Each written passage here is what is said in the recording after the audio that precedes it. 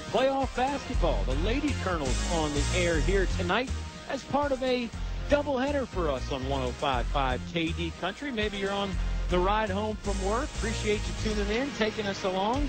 Don't text and drive, and just keep that radio dial tuned to 105.5 because we've got two exciting basketball games here tonight. I am Kyle Haney.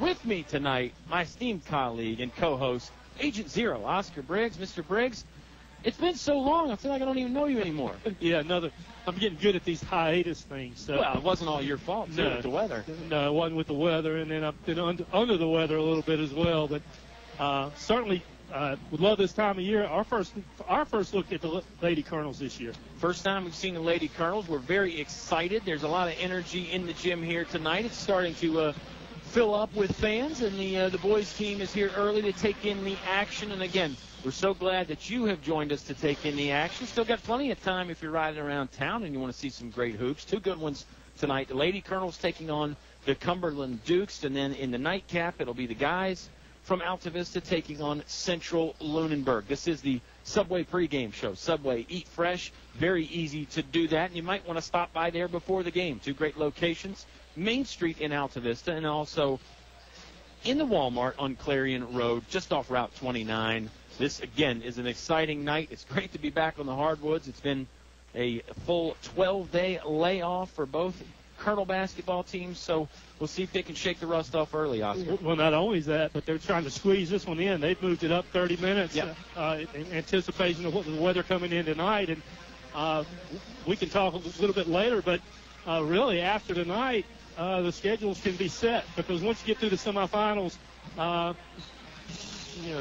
the teams are determined, they move on. Yeah, when you get through the semifinals, the rankings for the regionals, the seedings for the regionals will revert back to what you did in the regular season. Kind of an odd way to do it, but not sure if we'll get to play any more basketball this week, but we'll see. They've got a nice buffer built in with the ability to get the games in today through Saturday, so that gives you a little bit of wiggle room. We won't need any wiggle room tonight. Good ball game on tap, and then another good one after this. It's Lady Colonels basketball. It's the Subway pregame show. We'll step aside for a quick timeout, bring you back some starting lineups, a little bit more about this game and the weather, and who knows what else. It's going to be a fun night. You got yourself a ringside seat to some playoff basketball action on 105.5 KD Country.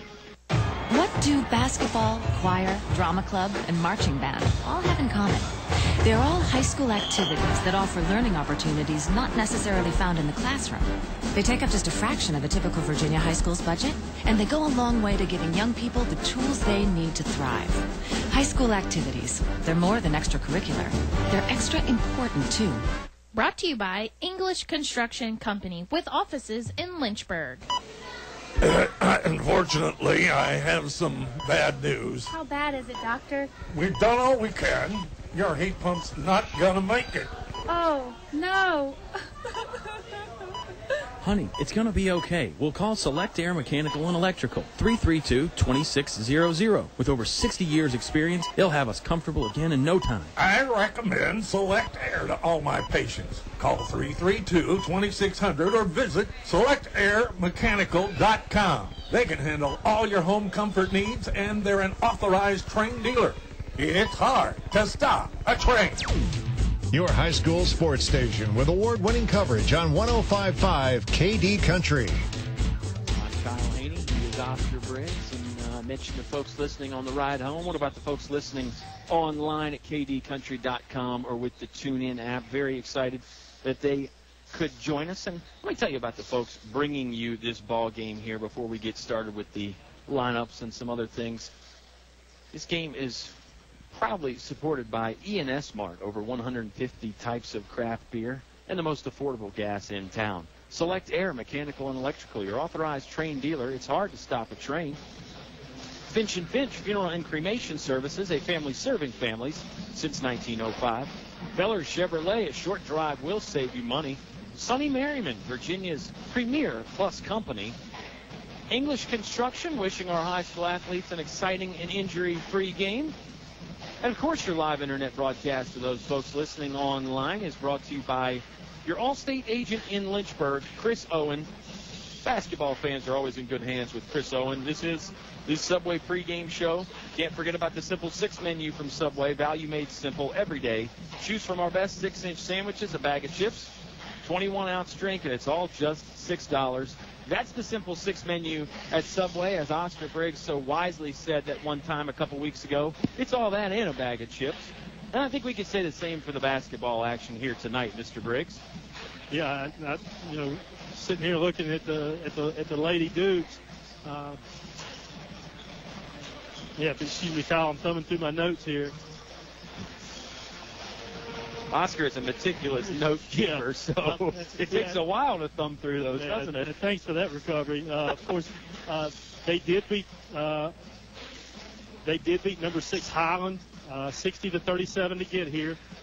Their ranking, Lady Duke's Cumberland ranking is 4.900 according to the high school VHSL ranking system. Altavista comes in at a 5.222, so you can take that for whatever it's worth. On paper, it should be a good matchup.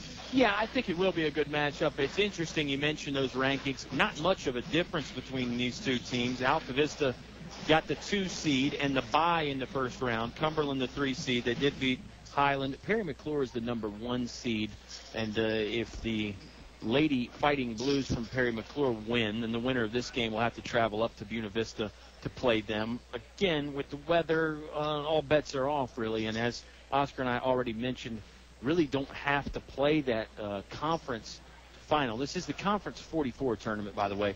You don't have to play that conference final, so it remains to be seen whether that game will get played or not. If we can bring it to you here on 105.5 KD Country, we will bring it to you.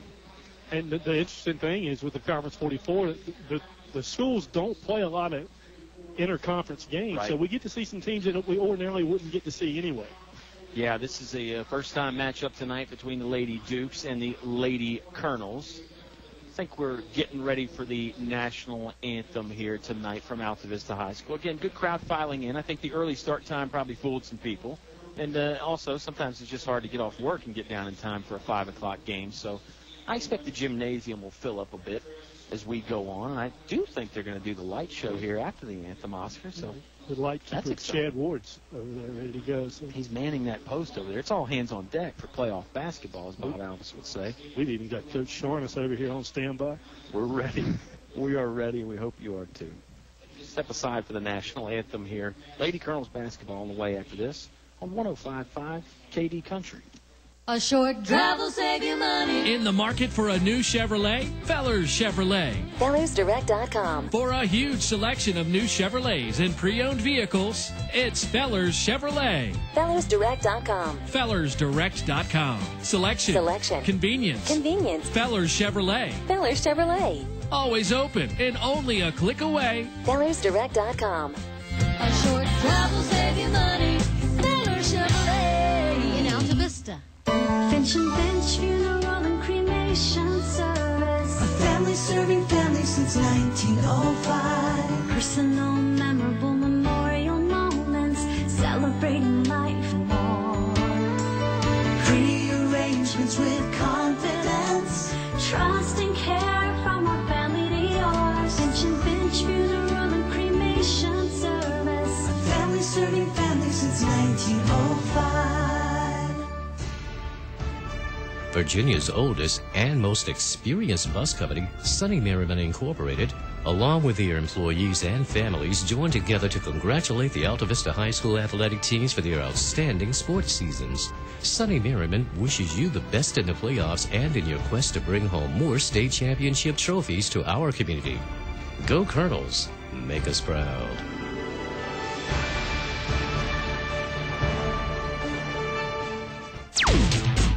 Now back to the action with Colonel Sports on 105.5 KD Country. Colonel basketball is on the air. I'm Kyle Haney. He's Oscar Briggs. It's the Subway pregame show. Make sure you eat fresh at 2 great locations in Altavista. Starting lineups for the Dukes have been announced, Oscar. I think that means it's nearly time for the exciting, unbeatable, uncomparable. Is that a word? Incomparable. Uncomparable, incomparable. Whatever the word is, you can't describe this light show. It's that good. It's indescribable. You can't just drive. And, of course, it's even a little bit different for the girls than it is for the guys. They've got they've chosen their own music, so that's a little different twist for us as well. Yeah, it is. Spotlight out there in midcourt. The cheerleaders are here. The fans are, as I said, filing in and trickling. They're trickling. Good. That's very descriptive. And it's a big, exciting light show here. And Oscar, while we have a moment, let me tell you about the big, exciting show we have going on at KD Country. It's the KD Country Radio Auction this Saturday. If you've never participated before, it's a chance to get some great deals on the things you love. Stuff like food certificates from Applebee's, Outback, Texas Roadhouse, Moe's, Buffalo Wild Wings, and plenty of other wonderful items. Check out the complete auction list at our Facebook or kdcountry.com. And you know how it works, Oscar. We announce the items live. We go down the list. We say, hey, now we're bidding on a $20 gift certificate from Applebee's. It's basically name your price, and you can get outbid by any other caller. But it's exciting and definitely a chance to get a lot of great stuff. You can get some great stuff, and if you're patient and persistent, those are the two things. I like that. You do those, and you can come away with some great deals. And a lot of times there's some two-for things in there. There may be a duplicate item, and you might be able to get it cheaper on the first bid than on the second bid. So it's really a neat process. It's a lot of fun. And I know the people around town enjoy getting it and getting some great deals. Yeah, it's a tradition that's been going on for a while on KD Country. Well over 25 years we've been doing the radio auction. And it seems like it gets better and better every year. Lady Colonels have their starters out there as well. We'll run down the starters for both ball clubs. For the Cumberland Lady Dukes, it's number 2, Infinity Anderson. Number 4, Kiera Broxton. Number 11, Asia Smith. Number 12, Akia Allen. And number 24, Anisha Harris. For the Lady Colonels, they're going to go with number 44, Brittany Mason. Number 32, Victoria Burgess. Number 12, Addison Mormon. Number 10, Casey Cox. And the final starter tonight for the Lady Colonels, number 22, Taylor Kraft. Mormon is a freshman. Cox, a senior. Kraft, a junior. Burgess, a junior. And Mason, a junior. Fairly young ball club for the Lady Colonels. And they win the tip. They're working right to left. We're down here courtside from Altavista High School.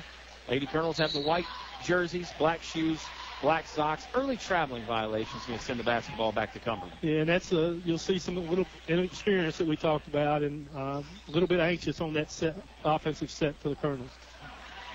A lot of these Lady Colonels were on the ball club last year that went to the state semifinal, but a lot of them weren't. Traveling violation there by Asia Smith. She is a 5'8" senior for the Cumberland Dukes. Just got up in the air and came right down, didn't dribble, didn't do anything. I think the Brittany Mason influence might have done something to her there. Brittany went up and got her arm up, and I think it confused her.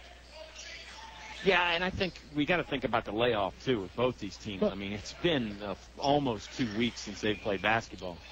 Steal out front by Casey Cox, going to the hoop, left side, swatted away, and she is fouled. Continue your point there, Mr. Briggs. Well, it's been a long layoff, 13, 14 days, and it's lose and go home now, too. So a lot of things on the line here for the girls tonight. Yeah, those two things, I think not a lot of people are expecting to see crystal clear, pristine basketball played here tonight. Probably in both games. It might have to be a grind-them-out game, or you don't have your best stuff, but you got to find a way to win. First free throw goes down for Casey Cox. Second one on the way, and that one's good, too. Colonels have a 2-0 lead. 7:17 left to play in the Select Air first quarter. This is Anisha Harris working to the right edge of the paint. Had it stolen away. Anisha Harris has got some kind of speed, too. She blew by all the Altavista defenders. Got a pro-style look, too, with the headband, got the leggings, got the arm sleeve. I mean, she looks like a baller out there. Basketball out of bounds. It'll stay with the Lady Colonels. No, it'll go back to the Cumberland Dukes, pardon me. Dukes working left to right or north to south from our perspective. Full court pressure here from the Lady Colonels. Dukes having a hard time breaking it, and they don't. They throw it out of bounds. That's a turnover. Altavista ball with 6:54 remaining in the first. It's a 2-0 Lady Colonel advantage. Nice. Looks like a 3-2 or a 1-2-2, 2-2-1 full court press. Colonels turn it back over. This is Infinity Anderson bringing it up. Long strides to the hoop, and she lost it out of bounds. Last touch off of her, so Lady Colonel's defense got back and recovered, but we're seeing this sloppy, rusty kind of basketball early here, Oscar. That's another very athletic-looking player for the Lady Dukes as well, though. Yeah, Infinity Anderson is just a sophomore. Dukes in their starting lineup have 2 seniors, 2 juniors, and a sophomore. And another traveling call on the Colonels. And again, it continues to be extremely sloppy here early. 6:40 remaining in the first quarter. Colonels leading 2-0. Well, I have a feeling both teams will get a feel for it eventually. I mean, you got to find your sea legs at some point, right? Yeah, I mean, practicing against each other gets old. Yeah, absolutely. Harris trying to go to the basket, but cut off by Burgess and Mormon. Now she throws it away. Banged out of bounds off of the Lady Colonels. This is Cumberland basketball. They'll inbound. Baseline right. Far corner from us. 2-0. Altavista lead. Just under 6.5 left to play in the first quarter. Inbound play comes to Anderson. She fires a 3. It hits the support system apparatus up above the rim, and that's a turnover. Anytime it hits the support system apparatus, it's definitely that's out of bounds. That's what it's called, right? Or did I just invent that? I'm pretty good at that. I've invented a new word in the pregame show. This is Casey Cox, left wing, beyond the three-point line, looking for help, looking for Mason at the free throw line, stolen away. Here come the Dukes going the other side. Akia Allen, had it swatted out of bounds. And again, without us seeing this team before, it certainly looks like they like the up-tempo, Kyle. Yep. Every time they've gotten their hands on the ball, they've pushed it up the floor. I agree. Head coach is Omar Liggins. He is in his 3rd season. Of course, if you know anything about Lady Colonels basketball, you know their coach, Deborah Spencer. Mormon recovering for the Colonels. Swats the shot attempt out of bounds by Asia Smith. And it'll be Dukes basketball. Lady Dukes have got a couple of good looks, but haven't been able to get the ball in yet. Yeah, haven't finished well. And the Lady Colonels have recovered nicely on defense. They do the same thing right there. Basketball swatted out of bounds by Taylor Kraft. It'll be Duke ball. Lady Colonels will substitute. This is number 21, Haley Kraft, checking in the ball game. And if you want to know if they're related, they absolutely are. The answer is yes. The Kraft sisters. Haley is a sophomore. Taylor is a junior. Of course, Taylor Kraft has been a part of this varsity ball club for a while now. State championship appearance 2 years ago. State semifinal appearance last year. Basketball out of bounds. Dukes lost it. That was Broxton. Just sort of slipped and lost control of the basketball. Still a 2-0 Altavista lead. 5:43 left to play in the first. And they're picking up full court man-to-man. Now they'll back it off just a tad. Burgess gets to bring it up with the right-hand dribble. Uses the angle to bounce it in the front court to Taylor Kraft. Excuse me, that's Haley Kraft. Foul away from the ball. Illegal screen on the Lady Colonels. That's a turnover. 5:31 remaining in the Select Air first quarter. Boy, I don't know what's going on the sideline with H.F. Amore and Coach Liggins are having a big laugh. Well, H.F. Amore is one of the more talkative officials. Hook shot won't fall down for Infinity Anderson from 10 feet. Rebounded by the Lady Colonels. Burgess going to push the tempo up ahead, and she throws it out of bounds. That's a turnover. Going to have to find some new and interesting words for turnover, Oscar, because we've had to say that way too much so far here tonight. Timeout on the court. It looks like the Dukes have taken it and will take it as well. It's a 2-0 lead early for the Lady Colonels. 5:14 to play in the first quarter here on 105.5 KD Country. English Construction Company has been in the building business since 1909, so it's only natural that they appreciate the building process. They recognize the fact that organized sports programs build character as well as bodies and minds. They know that high school sports build our youth into more well-rounded and more productive adults. English Construction Company is proud to be a sponsor of high school sports and salute all athletes, coaches, and teachers. A word of praise and encouragement from English Construction Company with offices in Lynchburg. Your home for Colonel sports coverage. 105.5 KD Country. Doubleheader basketball action here tonight. Lady Colonels lead 2-0. Boys will follow in the nightcap against Central-Lunenburg. And they're not going to wait long after the completion of this game either. They're going 15 minutes. That's a great point. We have not interviewed Coach Carlero yet, but he has said that he's going to stop by either at halftime of this game or pregame of the boys' game. So you'll get to hear from Coach C. Which is always fun. And we'll give it to Coach C. He always gives us full access. He's very open with what's going on. Yep. And one of the all-time great coaches as well. You could say the same thing about the Lady Colonels. Absolutely. Skipper Deborah Spencer, one of the few people I know of to win state championships in multiple sports. 5-second call out front. Addison Mormon playing the defense against number 4, Kiera Broxton. That's a turnover there. Well, Broxton was just dribbling back and forth. Looks like she's trying to get open, but wasn't really making any progress. And the closely guarded call, she stayed. And it's, like you said, it's a turnover. I'm going to have to go for the thesaurus and see another word for turnover. No, under 5 to play. And Oscar is actually picking up the smartphone right now. 2-0. Lady Colonels lead. 2 free throws from Casey Cox is how they have scored. That's been the only scoring tonight so far. No field goals yet. And we're at the 4:35 mark, so very soon we'll be halfway through this first quarter. Brought to you by Select Air. Mormon loses the basketball. Duke's player falls down for it, battling. Guess that's just going to go as a jump ball, Mr. Briggs. Mutual possession there. That was the call, and an alternating possession. Since the Colonels did get the opening tip, that will give it to the Lady Dukes, and Coach Spencer runs in on several substitutes. Yeah, bringing in some size. Number 52, Taylor Lee, has checked into the ball game. Erica Mabry checks into the ball game, and also Paris Goggins into the game. Kraft stays. That's Haley Kraft that stayed, along with Victoria Burgess. Colonels basketball in the front court. After another traveling turnover. Yes. Bounce pass, left-hand post. Nice move there. Shot won't fall down by Paris Goggins from in close. Rebounded by the Dukes. That's Akia Allen that came away with it. Jump stop move by Anisha Harris. Won't fall down with a short 5-footer. That drew some ahs from the Altavista boys team. That was a nice move. That was a nice move. Still no field goals in the game yet, and we are halfway through the Select Air first quarter. That is Erica Mabry with it. They're looking inside for Goggins again. Turnover. There's Taylor Lee recovering at the free throw line. Mabry, floater won't fall down from the left side. Rebound by Goggins. Sticks it up and in. Paris Goggins with the first field goal of the night so far for anybody. That gives the Lady Colonels a 4-0 advantage early. This is Anderson driving, dishes off to number 21, Taziana Booker, and she gets it to go. Booker from 2 feet, and it gives the Cumberland Dukes 2 points. And again, if Coach Spencer, I'm sure she's noticed that this team they pick up, they are really pushing the ball down the floor. Yeah.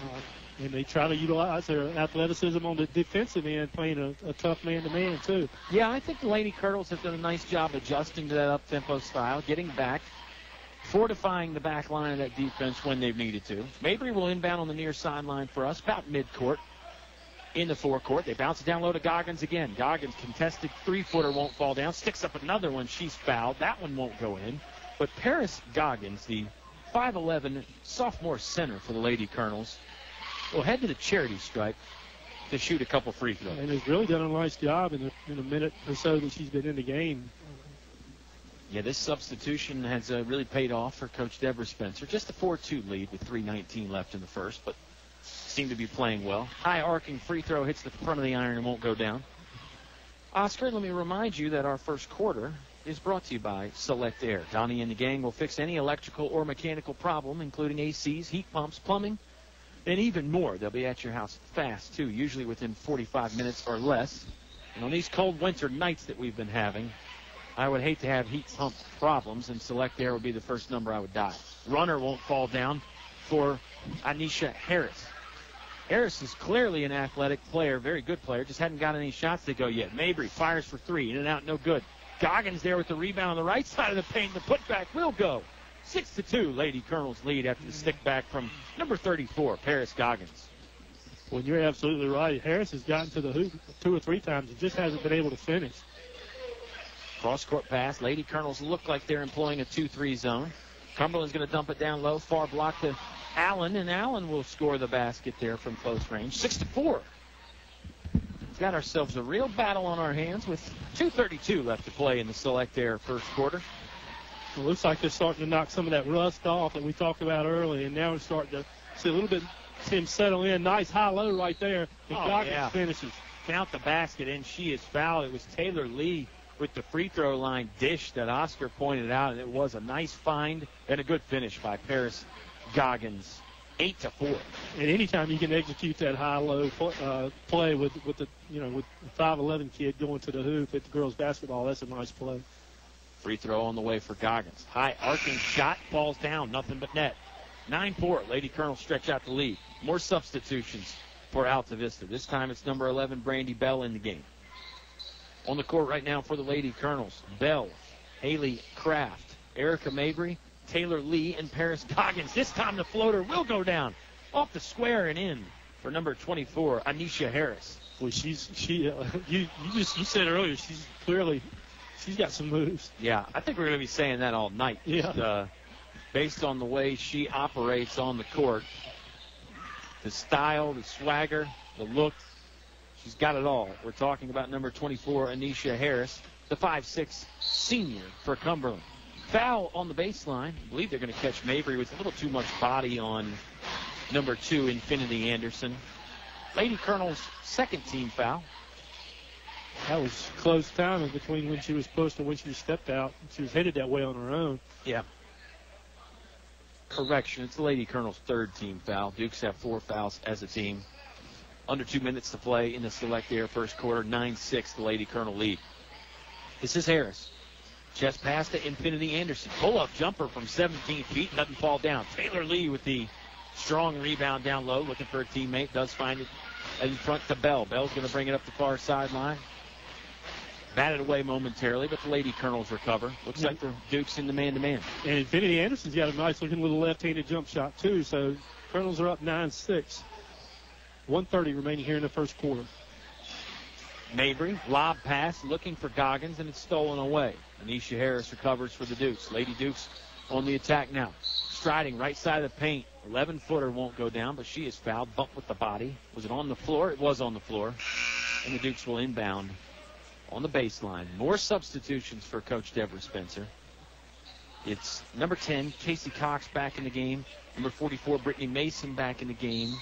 And number 22, Taylor Kraft, back in the game. Oscar, neither of these teams are to pardon the pun, short in the height category. They've got some size out there. They both do, and they both have utilized them well so far. You talked about Goggins at 5'11". That's kind of like having a 6'6", 6'7" guy in the boys' side. Steal by Casey Cox. Got in the passing lane. Going to bring it down the left side. Shot up and in off the window for the layup. 11-6. Lady Colonel stretch out the lead now. 52 seconds to play in the first. Only 2 Colonels have scored so far, but steal by Cox. You might add to that total. This time from the right side of the paint. That one won't fall down. Kraft was trailing and got the rebound. She's going to reset the action on the offensive half-court set for the Lady Colonels. And that was nice hustle by Taylor Kraft trailing on the play to be able to pick up that loose ball. Kraft not using the dribble yet. Now she'll work with the right hand. Wow, I'm inventing all kinds of words here, Oscar. I said left hand, which was... That's Scooby-Doo. That's not new talk. That's true. I didn't invent that. I suppose that was supposed to mean right hand. We're down to 15 seconds left to play in the quarter. Better get my act together. It's going to be a long night. 2 good basketball games here. Pull up 3 for Kraft. No good. Rebound is loose. Cox had it, but they're going to blow the whistle. I think you got an over-the-back violation on Paris Goggins as the Lady Colonels were getting the board. Yeah, and she told on herself, too. You can tell it. 11-6. Lady Colonels lead. Dukes will have 3.5 seconds to travel length to the court and score. They throw it into Anderson. No, they don't. Stolen away by Taylor Kraft. Brandy Bell puts up a buzzer beater, but it doesn't even draw iron. We have finished the first quarter of play. Lady Colonels, they lead by 5. Second quarter on the way when you come back to 105.5 KD Country. Finch and Finch Funeral and Cremation Service. A family serving family since 1905. Personal, memorable memorial moments, celebrating life and more.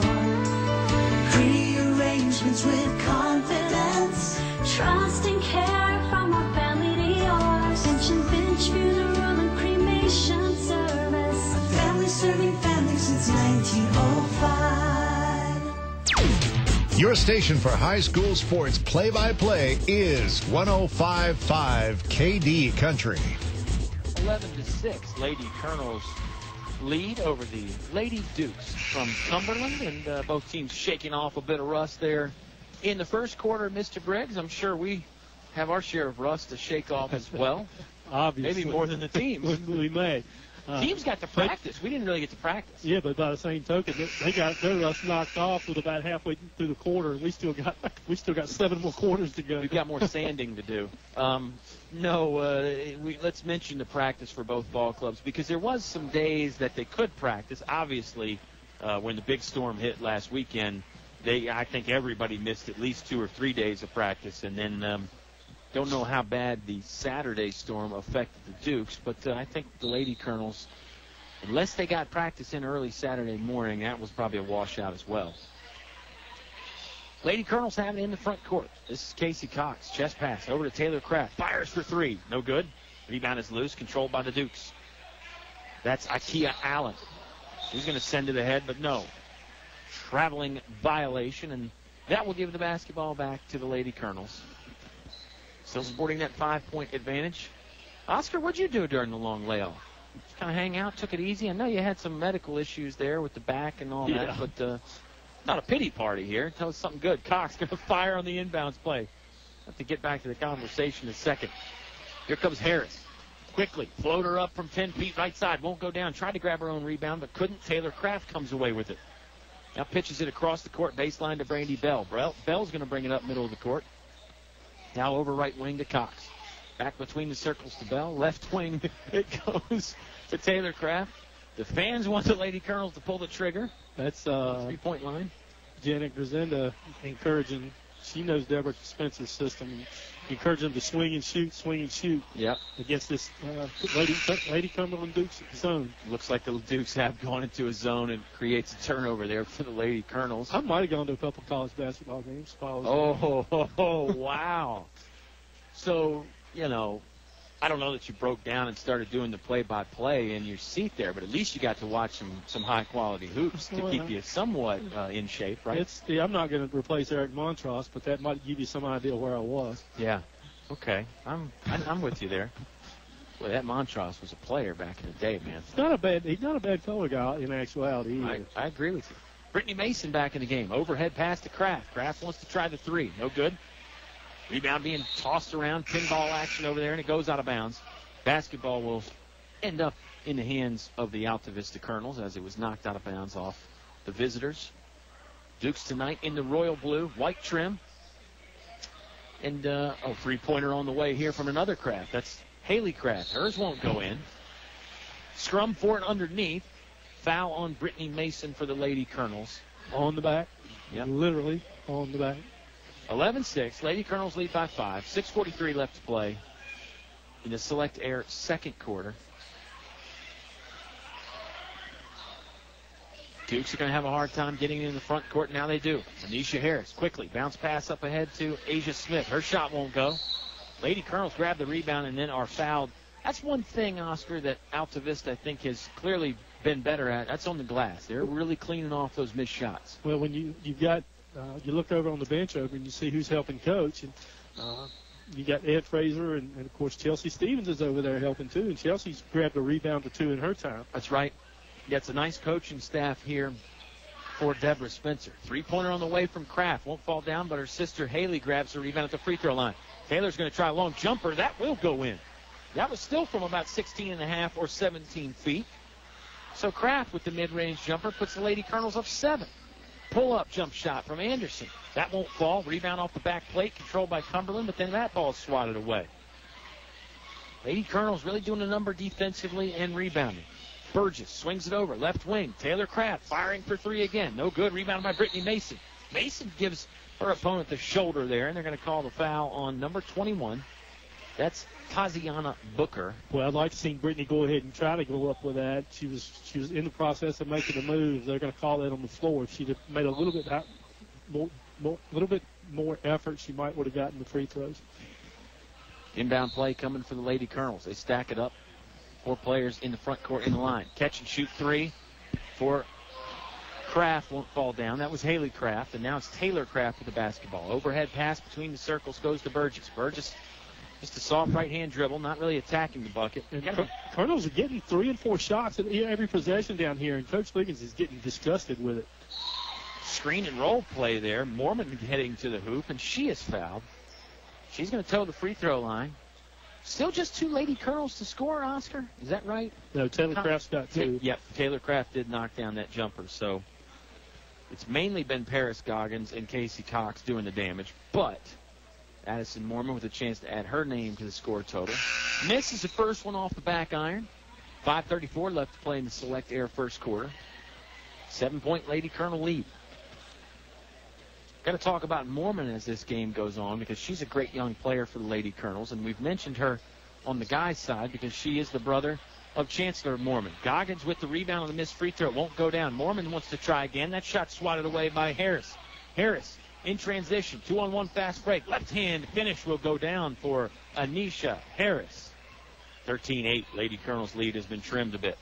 And I wouldn't be surprised, given the troubles that Lady Dukes have had so far, that Anisha Harris really doesn't start to be a little bit more selfish with the ball and start to press and utilize her offense a little bit more than they have. Yeah, might have to be. She's sort of the one-woman fast break. Oh, nice lob play there. Goggins missed the 5-footer. Rebound by Taylor Craft. That ball is on the floor. That's Haley Craft now. Back to Taylor Craft. Back to Victoria Burgess. Colonels want to reset the defense. And again, Colonels is dominating the offensive boards. Really are.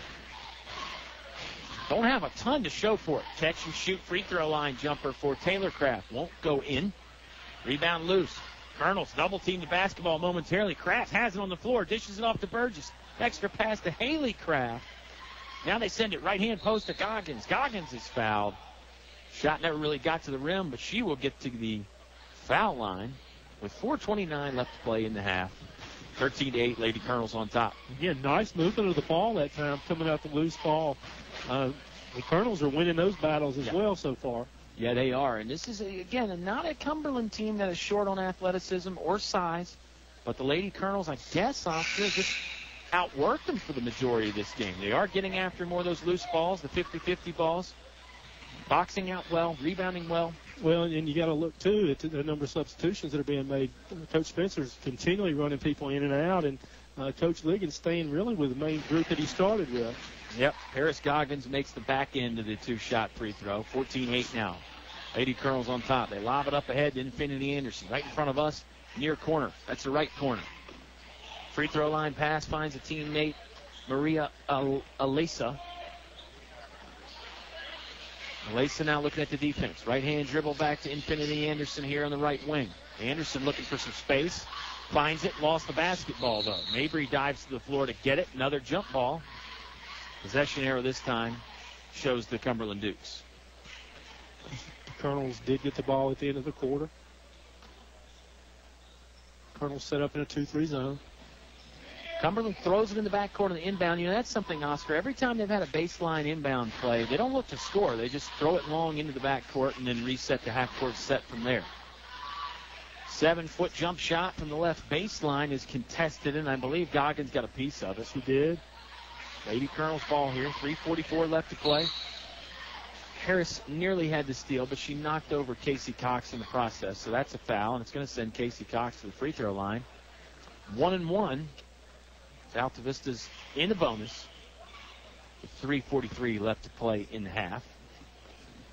Cox 2 for 2 so far tonight. First foul on Anisha Harris, I'm sorry. Then Cox to the free throw stripe. The gym really has, the capacity has grown. Excuse me, the capacity hasn't grown, Oscar, but the amount of folks have grown, so we are closer to reaching capacity. Oscar gave me the hairy eyeball when I said that one there. Cox sinks both. She's perfect from the free throw line tonight. Lady Colonels doubling up Cumberland. 16-8 advantage. Full court pressure here for the Lady Colonels. Dukes haven't broken the timeline yet. Now they do. Anisha Harris with the crossover dribble. Knee-high dribble. Now she'll bounce it off to Infinity Anderson. Her jump shot a little too strong. Rebound by the Altavista Lady Colonels. Up ahead quickly. Mabry striding down, using the angle from the left side. Count the basket. 18-8. Lady Colonels on top 10, and that does not please head coach Omar Liggins for the Cumberland Dukes much at all. He wants to take a timeout. We'll join him. 3:17 left to play in the half. Lady Colonels on top 18-8 on 105.5 KD Country. A short drive will save you money. In the market for a new Chevrolet? Fellers Chevrolet. FellersDirect.com. For a huge selection of new Chevrolets and pre-owned vehicles, it's Fellers Chevrolet. FellersDirect.com. FellersDirect.com. Selection. Convenience. Fellers Chevrolet. Fellers Chevrolet. Always open and only a click away. FellersDirect.com. A short drive will save you money. Fellers Chevrolet in Altavista. Here's more award-winning high school sports with Kyle and Oscar on 105.5 KD Country. 3:17 left at the half, or until the half, pardon me. Lady Colonels on top 10. Big thanks to our sound engineer, Eleanor Haney, making it all sound great, helping us get set up earlier while I was a little busy. Oscar, you and Eleanor jumped in here and got everything going for us, and it takes a village, you know. Teamwork makes the dream work, I say. Takes a village to raise an idiot. Is that the old saying? To raise a village idiot, anyway. Yeah, this is fun stuff, man. This is playoff basketball. I get really jacked up for this time of the year. And at most, we've only got 7 ball games left at maximum, if both teams get to the state championship game. So better enjoy these games while they last. Cumberland Dukes aren't enjoying it very much right now. They're in trouble. Get it to the three-point line of Anisha Harris. Harris's jump shot won't go in. Jump ball there as Goggins and number 12, Akia Allen, got tied up. And this time the possession arrow favors the Lady Colonels. Boy, and Allen had good position, but Goggins towers over by about 5 inches and just reached over and was fortunate didn't get over the back call. Yeah, just muscled it away there. 18-8, Lady Colonels on top. Mabry running the point guard spot for Altavista. Picks up the dribble. In trouble, needs some help. Finds it over to Victoria Burgess. Burgess plays through a little bit of contact. 2:45 left to play in the second quarter. Lady Colonels on top 8. This is Casey Cox. She bounces it to Goggins. Free throw line. Extra pass down low to Mason. Brittany Mason took too many steps, and that will give the basketball back over to the Lady Dukes. Again, they ran it high-low, and it's been open just about every time that they've run it. And it's just unfortunate Brittany kind of lost bearings and did walk on the play. Yeah, Lady Colonels have been lucky in the past, really 4 or 5 years. Inside shot won't fall down for Infinity Anderson. Had to finish my point in a second. Yeah, Infinity almost had a layup there. Nice seal job by one of the other Lady Dukes, and she just wasn't able to finish it. Mabry, no dribble yet on the left sideline. Bounce pass top of the key to Paris Goggins. Man-to-man defense for the Cumberland Dukes. Brittany Mason has it down the low post. That shot too strong. Another jump ball there as Goggins got in there to tie it up. This time the possession arrow, alternating possession back to Cumberland. I was saying there for a moment, Mr. Briggs, that the Lady Colonels have been fortunate to have some really great post players, all the way for the last 4 or 5 years, and they have worked that high-low game a lot. You send the power forward to the top of the key, the center stays down in the low post, and it works out well. Those tall players, I think, are more often than not underrated passers.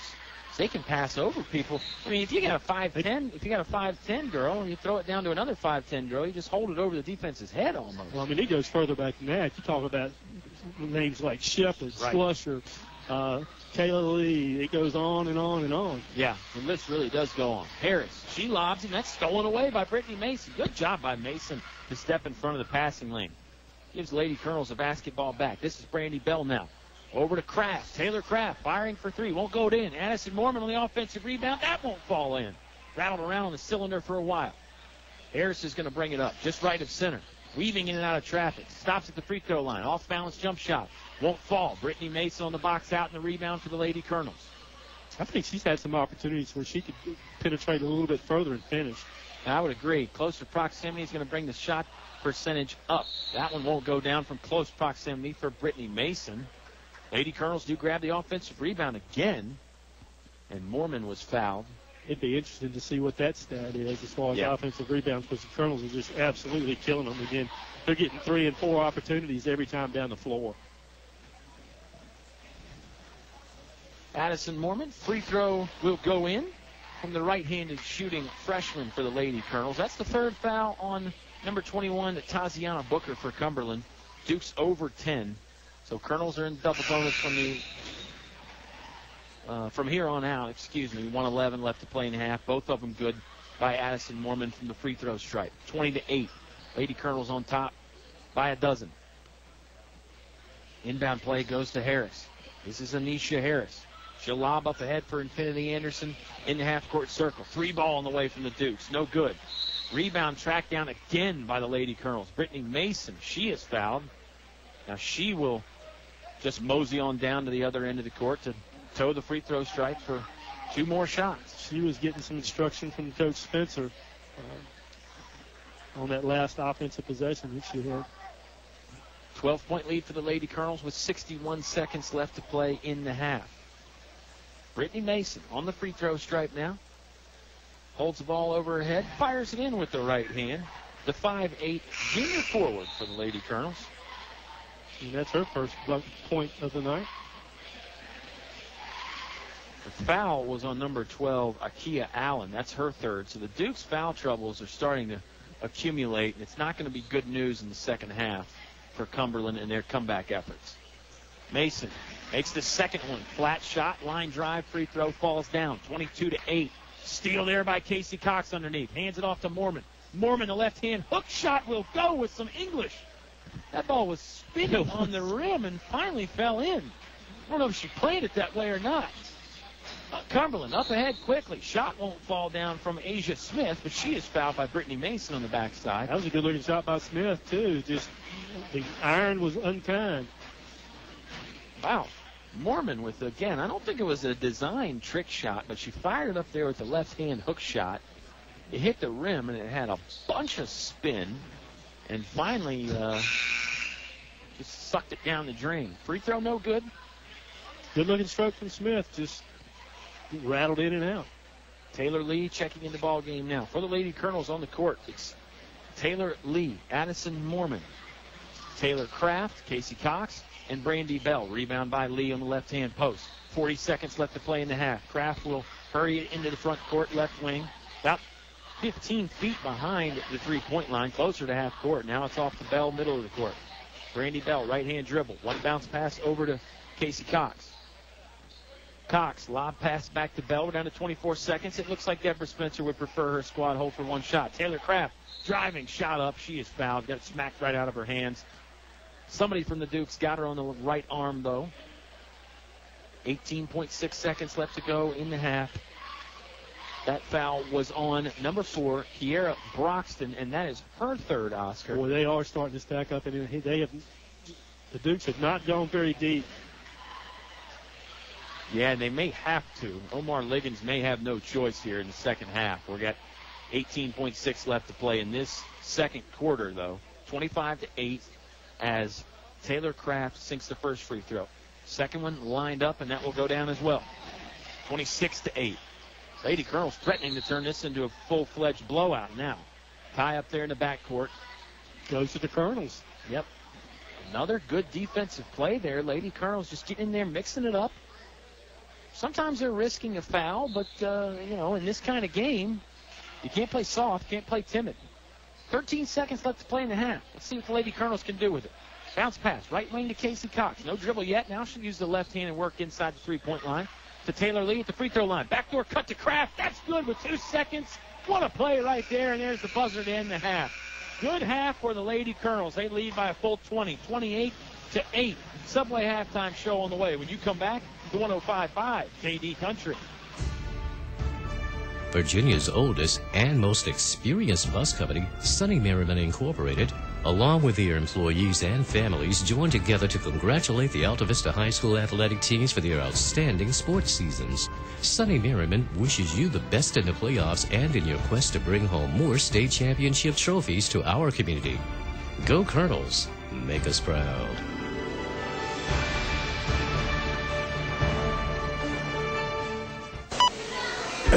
Unfortunately, I have some bad news. How bad is it, Doctor? We've done all we can. Your heat pump's not gonna make it. Oh, no. Honey, it's going to be okay. We'll call Select Air Mechanical and Electrical, 332-2600. With over 60 years experience, they'll have us comfortable again in no time. I recommend Select Air to all my patients. Call 332-2600 or visit selectairmechanical.com. They can handle all your home comfort needs, and they're an authorized Train dealer. It's hard to stop a Train. More live high school sports action on 105.5 KD Country. Lady Colonels on top by 20 at halftime. Again, this is game one of a girls and guys doubleheader.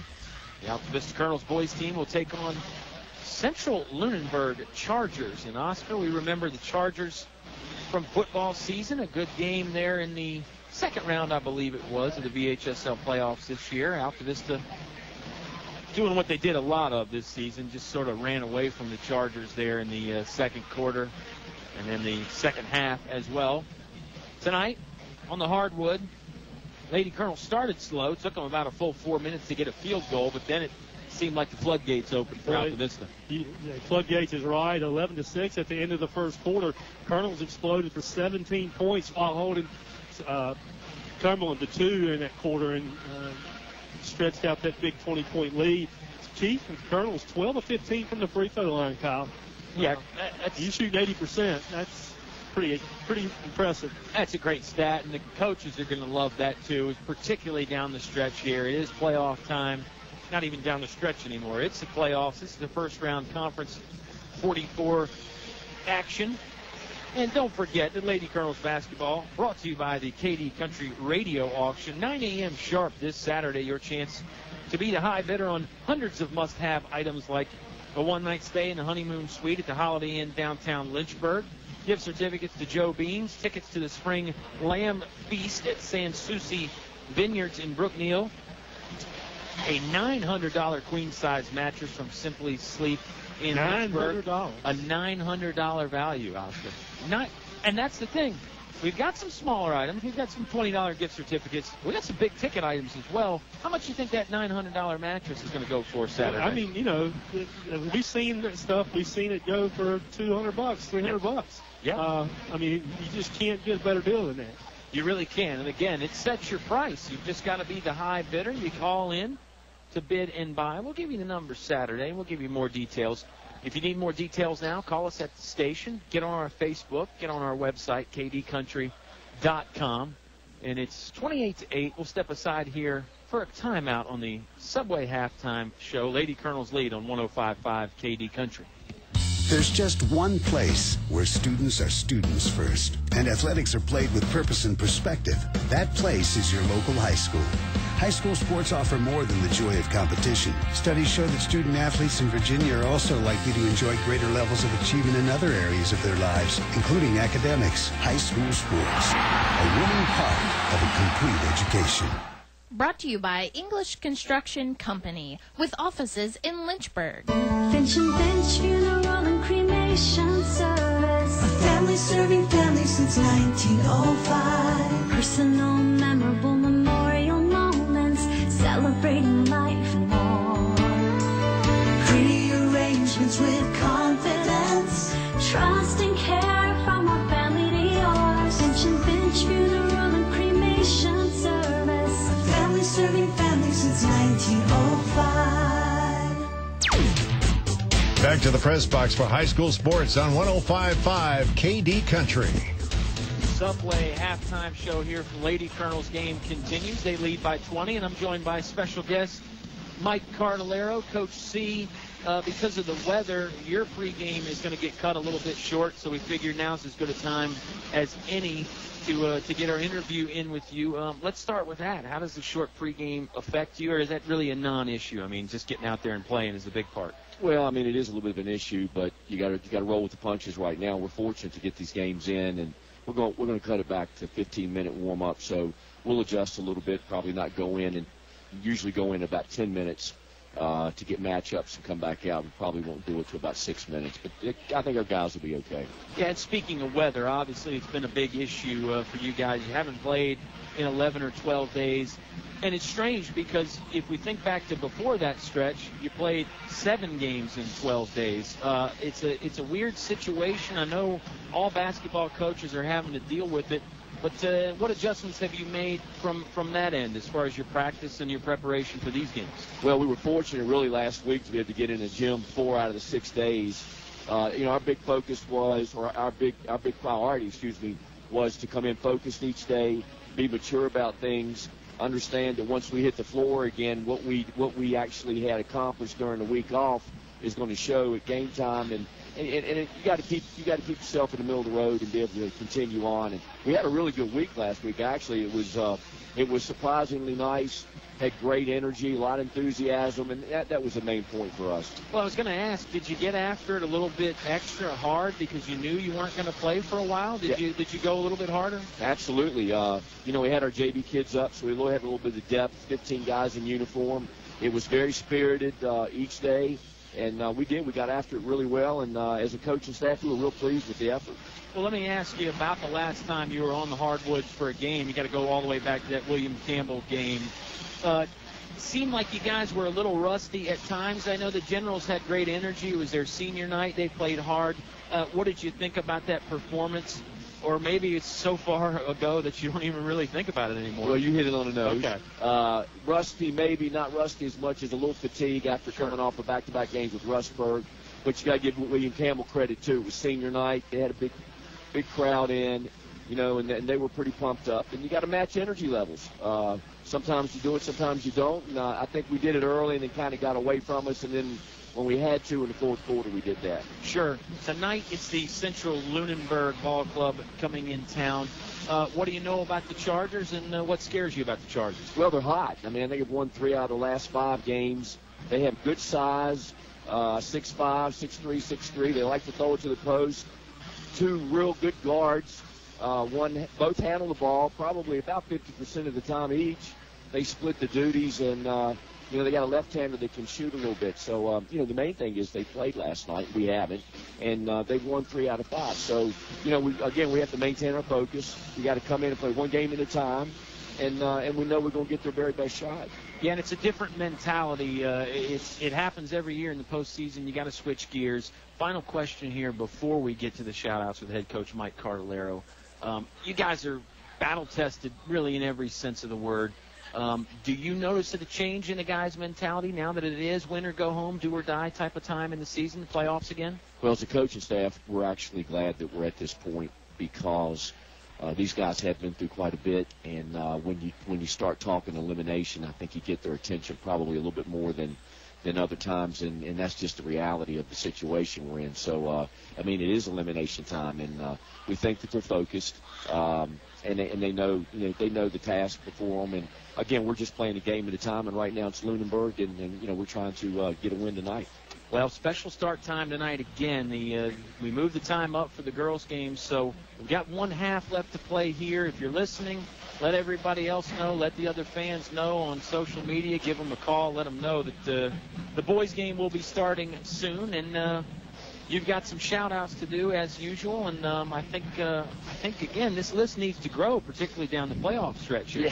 Yeah. There's some people definitely listening in. My dad will be over. Hopefully, I don't know if we survive. If we're playing tomorrow night, I don't know what's going to happen. But my dad is listening in. William Kerr, my buddy, and his family are always listening in, and Ann and Chris in Maryland, Minnie in Orlando, Mike up in Northern Virginia, Glenn and Linda Miller, our loyal fans and supporters are listening in. Plug and Bob Finch, I think, are listening in. I have another relative, I think Kelly is listening to the game. Maybe Adam's listening to the game. So, and if there's some people out there that are listening, let us know, please. Absolutely. Colonel Basketball, Coach Cardellaro, thanks for stopping by. Good luck, and we'll be watching you in just a few moments. Appreciate it. Good deal. Thanks, Tom. All right, Coach. We'll step aside for one more quick timeout here on the Subway Halftime Show. Lady Colonels about to hit the hardwoods again on 105.5 KD Country. A short drive will save you money. In the market for a new Chevrolet? Fellers Chevrolet. FellersDirect.com. For a huge selection of new Chevrolets and pre-owned vehicles, it's Fellers Chevrolet. FellersDirect.com. FellersDirect.com. Selection. Convenience. Fellers Chevrolet. Fellers Chevrolet. Always open and only a click away. FellersDirect.com. A short drive will save you money. Feller Chevrolet in Altavista. Your high school sports station with award-winning coverage on 105.5 KD Country. Subway halftime show is done. Third quarter is underway. Lady Colonels basketball. Mason, middle of the lane, off the glass, won't fall down. Tried to swat it back up there with the right hand, and that's out of bounds. Off of the Lady Colonels. 7:30 left to play in the Select Air third quarter. Oscar, let's run down those halftime scoring numbers. So for Altavista Colonels, Casey Cox with 6, Addison Mormon with 4, Taylor Kraft with 6, Paris Goggins with 8, Erica Mabry with 2, Brittany Mason with 2. For Cumberland Dukes, Allen with 2, Harris with 4, Booker with 2 for their 8. Yeah, same score at halftime still, 28-8. Lady Colonels on top 20. Harris bounce pass to the right hand post, can't finish. That's number 12. Akia Allen. Second chance will fall down. And that was Harris on the follow. I think you're going to see a lot of her. She's going to try to take over for Cumberland. And she may have to for Coach Omar Ligon's squad. Lady Colonels basketball. Taylor Kraft has it far wing. That's the left wing. Lady Colonels working left to right. Addison Mormon, spin move, gets to the left-hand edge of the basket and scores the basket. Altavista lead back to 20. 6:50 left to play in the third quarter. Asia Smith gets it in very quickly from point-blank range for the Cumberland Dukes. Give her 2 points. 30-12 now, our score. Beginning of the second half, quite different than what we saw at the beginning of the game. Well, Mormon had an opportunity then. We thought she was going to be able to get to the bucket alone, and it was tapped away at the last minute by the Lady Dukes. 6:34 left to play. Inbound play from the baseline there for the Lady Colonels. Bounce pass to Brittany Mason as she scores it with the two-handed power move inside. And there's a steal by Addison Mormon. Ends up right underneath the basket, blocked away by Infinity Anderson. Anderson lost the ball, did a nice job getting it right back.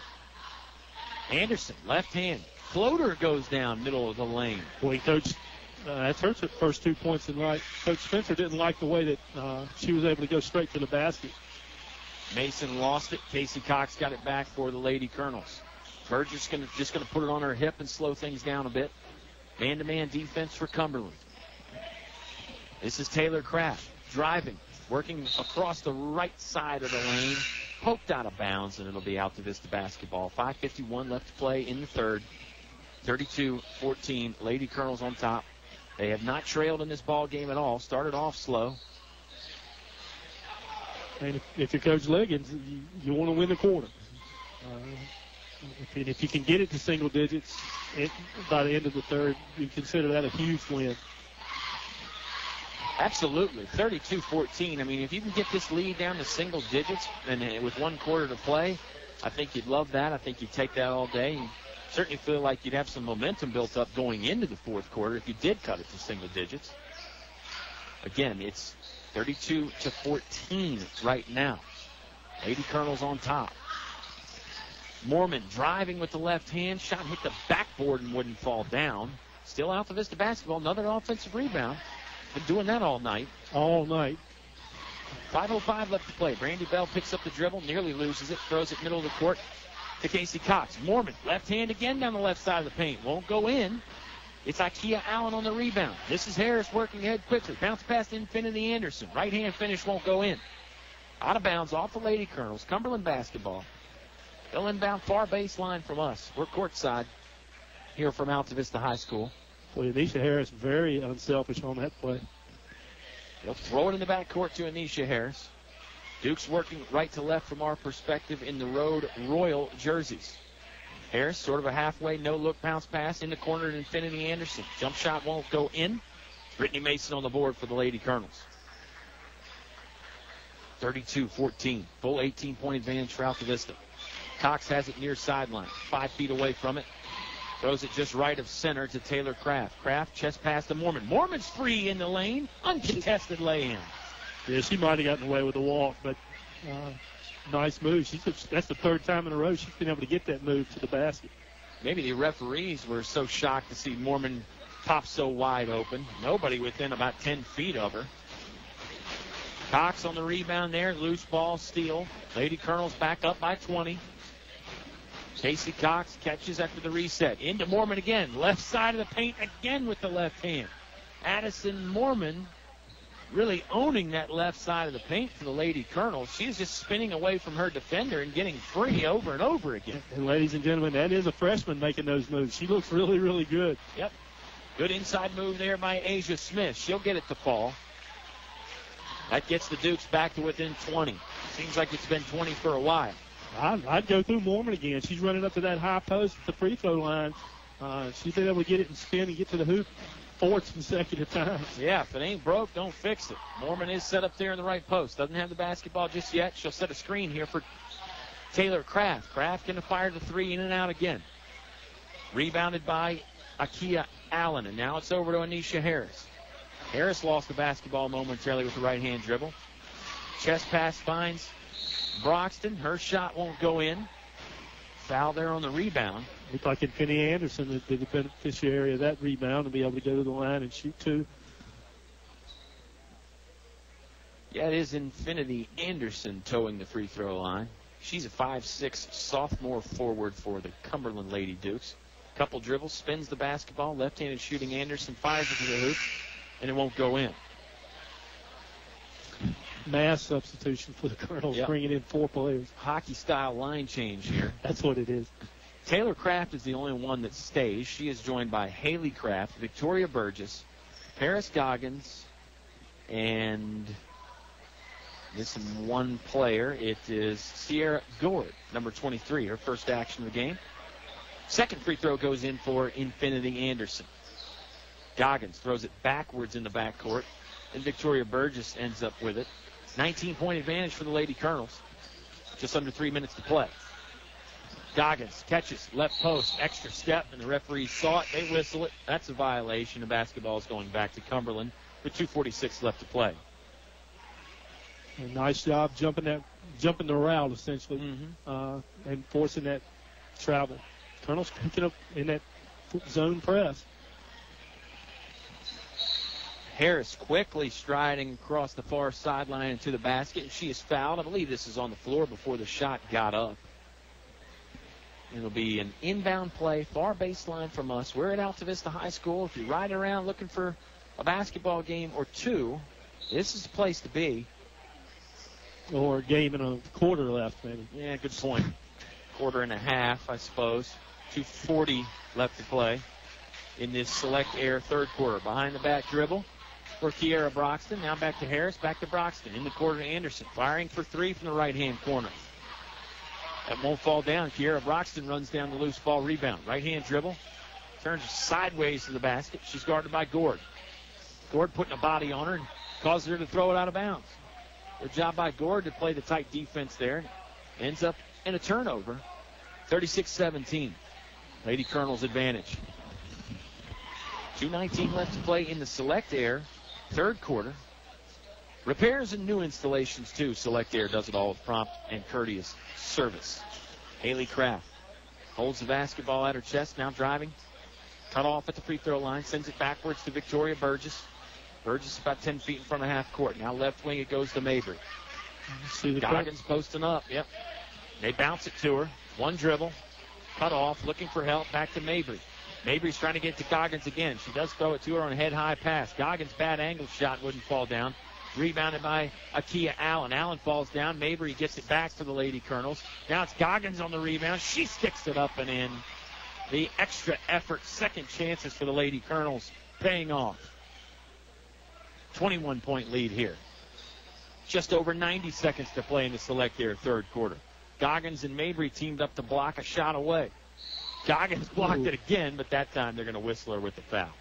Yeah, she was a little bit late getting there.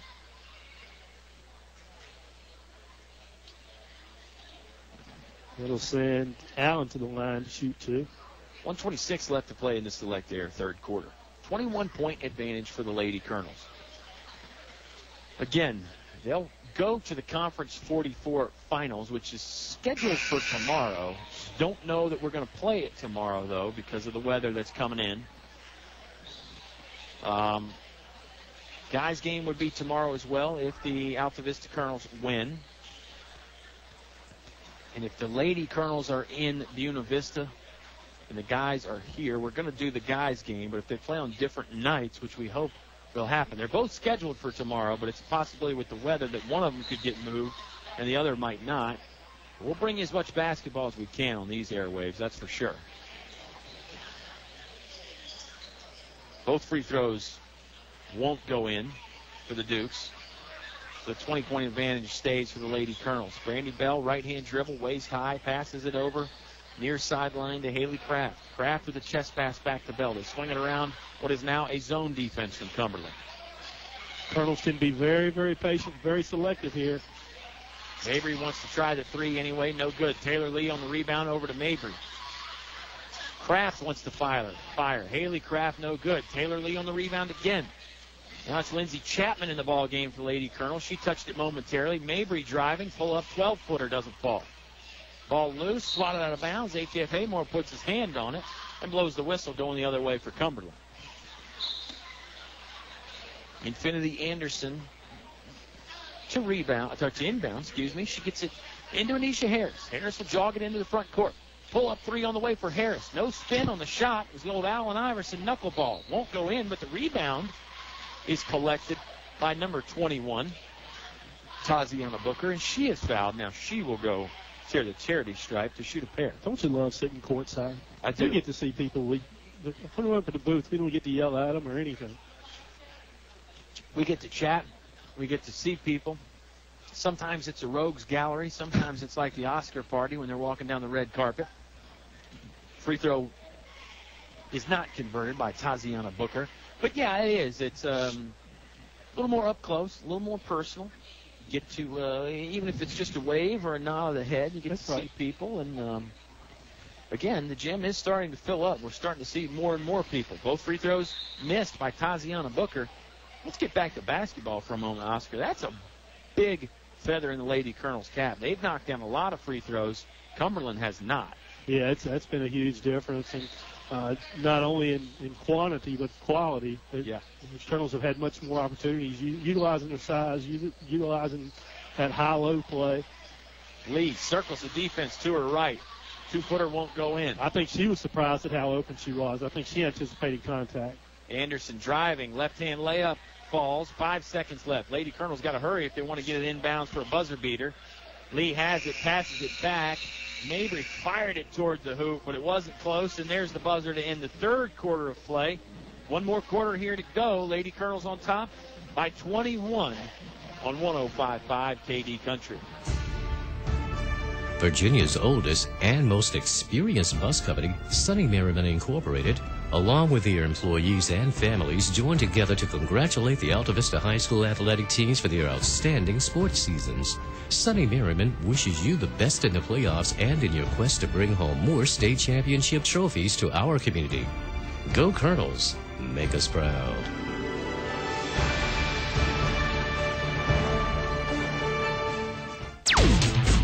Now back to the action with Colonel Sports on 105.5 KD Country. 38-19, Lady Colonels lead over Cumberland. One more quarter to play in game one of our doubleheader, Oscar. Go ahead and give us a little mini preview tonight. I know you're excited to see the Colonels back in action. Yeah, I mean, number one, I'm going to be interested to see, again, how that rust affects them. And also, again, it's going to be interesting to see Lunenburg. Again, one of those teams that we haven't had the opportunity to see. Wow, nice. Wow. The student section is cheering behind us, and we'll tell you why. It's because we had a prom invitation up there. A young man made a sign, says, "Don't go breaking my heart." I don't know if that's a line from the old Elton John song or not. And it says, "Will you go to prom with me?" Do we have an answer? That's what I want to know. I don't know if we have an answer. It's got H.F. Haymore. He's trying to figure it out. Haymore wants to go to the prom. Did she say yes, I think is the question. She's looking at the sign. Oh, they're taking pictures with it now. I have a feeling if she's snapping pictures with the guy, then she probably said yes. I think that prom date is set, and I'm looking forward to it. Basketball getting batted around on the court. The players don't seem to care much about prom season. We've digressed way too much. Still basketball season now. We just got to call the action as we see it. Shot by Whitney Davis for the Lady Colonels, swatted away. Davis's first action of the game. Here comes Harris. Yo-yo dribble between the legs. Now Infinity Anderson wants to look at a three-pointer. That won't go in. The Colonels were outscored that quarter 11-10. But when you're trailing by 20 going in, it's not going to do 1 point, just not going to do it. Well, you said it. I mean, if Coach Liggins could have gotten that deficit to single digits for his team, that might be doable. Or even within 10. Yeah. I mean, Mason going to use the dribble, working to the hoop, striding away from the basket. She was pushed away from the basket. She'll toe the free throw line now to shoot two after the foul. Well, Addison Mormon's big quarter in the third quarter for the Colonels with those 6 points on those. She was just able to get the ball at the high post and turn, and she was open. And probably could have had a few more. She missed some looks that I know she'd like to have back. Mason takes her time from the free throw line. Right-handed shooter, can't get the first one to fall. Just one team foul this half for Cumberland. So Coach Omar Liggins has been successful in that regard. His team committed a bunch of fouls, over 11 or 12 in the first half, but they've gotten better and haven't fouled as much. Free throw missed. Long rebound is still not captured by anybody. They're going to call a foul on Brittany Mason trying to get the ball back. Lady Duke's ball, 38-19. Of course, Cumberland is kind of wedged there in between Buckingham and the Richmond area. Amelia up that way. If you go up Route 60 through Buckingham, you'll get to Cumberland there before you get to Richmond. We've been there a bunch. Girls and guys teams for Altavista used to play Cumberland on a regular basis. An old Region B opponent. This time it's a Conference 44 opponent. Infinity Anderson sidesteps the defense, middle of the lane, going to the front of the hoop, and she is fouled. And if you coach Spencer, you certainly don't want them to outplay you in the second half, which, I'm sure that's a goal for her. Yeah, you'd rather not have a bitter taste in your mouth heading into tomorrow or whenever the next time the Lady Colonels set foot on the court is. Lead has been trimmed to 18, 38-20, as that free throw is converted by Infinity Anderson. I could give you a weather prediction, but I don't want to take Matt Ferguson's job. Well, you're certainly entitled to your opinion. I, for one, would like to hear it. Both free throws good by Infinity Anderson. I'm thinking we're done with basketball for the week after tonight. Well, you heard it here first. Oscar Briggs. Saturday could be a possibility. Yeah, Oscar Briggs has not attended any meteorological school that I know of, but he is one of the smarter guys that I know. Jump ball tie up here in the front court. Lady Colonels lose it because of the possession error. Let's reset the teams for you now. It's the Altavista Lady Colonels have Casey Cox, Addison Mormon, Victoria Burgess, Taylor Kraft, and Brittany Mason on the court right now. Cumberland Dukes have the basketball. Swatted away momentarily by Brittany Mason. On the court right now for the visitors, it's Anisha Harris.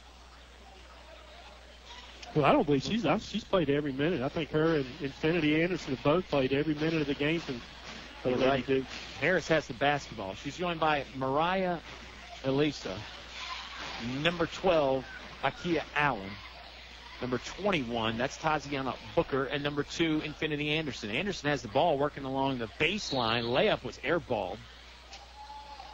He was just a little too soft with the touch and sent it right over the rim. And there's a foul after the shot. Held ball. Alternating possession gives the ball to the Colonels. I'll tell you, that scorer's table for Altavista tonight, featuring the likes of our dear friends Tootie and Robert Duff. They're getting a workout over there working that possession arrow. 38-21, Lady Colonels on top. 5:57 left to play in this one. 15 minutes of pregame, and then we're into the boys' game right after this. Jump ball again. As I mentioned, the possession arrow will change. This time it favors the Cumberland Dukes. Again, 38-21, 5:52 remaining here in the ball game.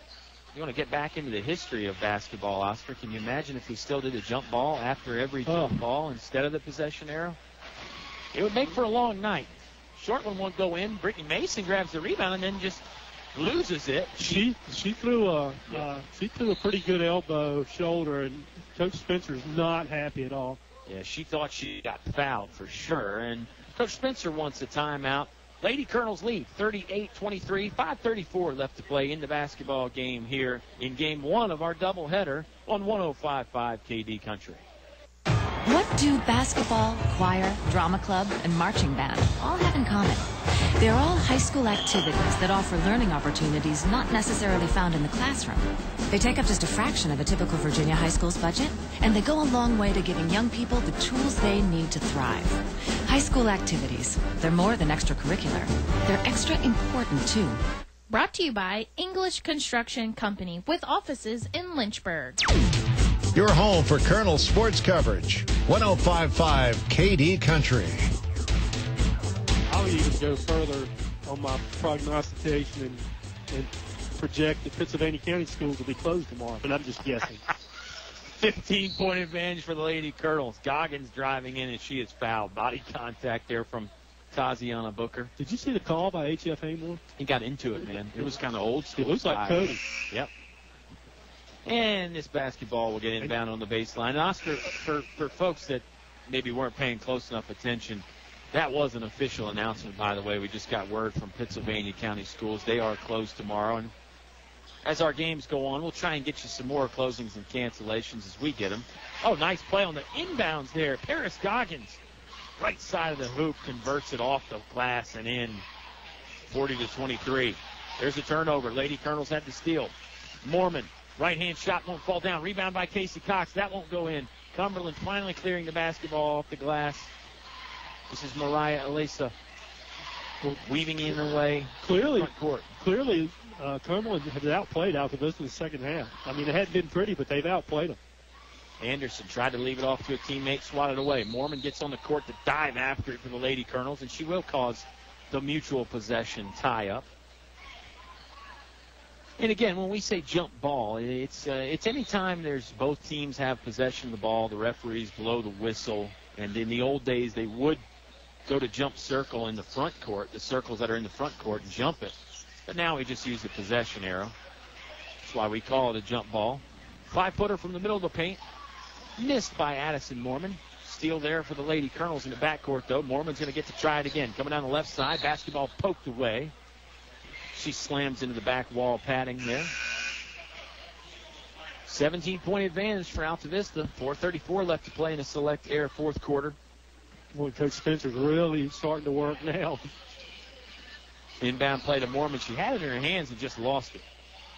Asia Smith recovers, and she loses it. Casey Cox, pull-up jump shot. Back iron too strong. Paris Goggins had it momentarily, and she lost it.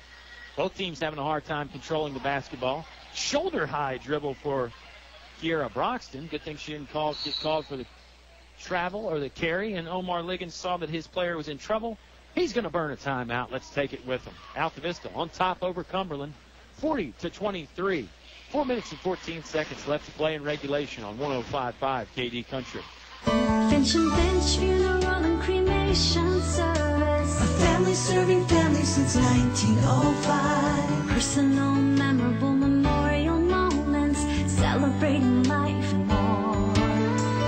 Pre-arrangements with confidence, trust and care from our family to yours. Finch and Finch Funeral and Cremation Service. A family serving families since 1905. Your station for high school sports play-by-play is 105.5 KD Country. 17-point lead for the Lady Colonels as the Cumberland Lady Dukes burn a timeout. Basketball back in their hands in the forecourt. Anderson driving, gets it to go over the outstretched arms of Paris Goggins. That trims the lead to 15.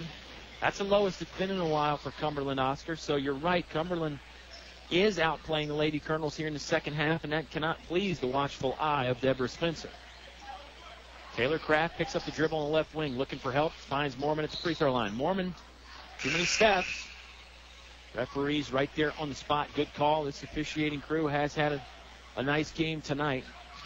They've maybe haven't gotten 100% of them right, Mr. Briggs, but I bet you they're up around 98 or 99%. They're close. Good officiating crew, and I didn't see the boys officiating crew. Yeah, they were in the gym momentarily. We'll figure that out sooner rather than later. But you don't get this far and not be a decent crew. Nice point there. These guys have earned it. They've earned their spot in these games. Turnover on the far sideline. Basketball ended up in Cumberland's bench. That's not where Coach Liggins wanted to see it. He wanted to see it in the hoop. Altavista basketball. Full court man-to-man pressure for Cumberland. They ease off just a bit. Burgess will use a screen from Kraft. Now she bounces it to Taylor Kraft. Kraft, right point, looking inside the defense for somewhere to go.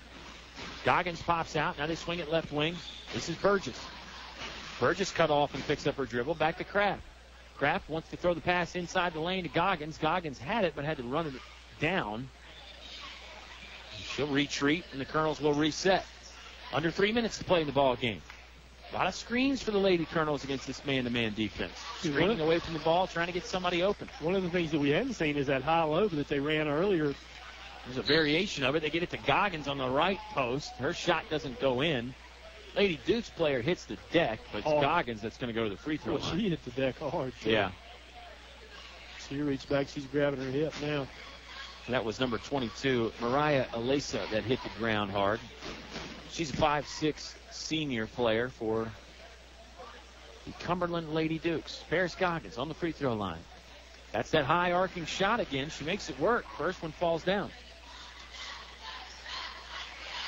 I mean, there's a high arcing shot, then there's the rainbow, and then there's what Paris Goggins does. I mean, she sends it up over the backboard, Oscar. Yeah, that's up near the support apparatus. That's what that is. That's a support apparatus.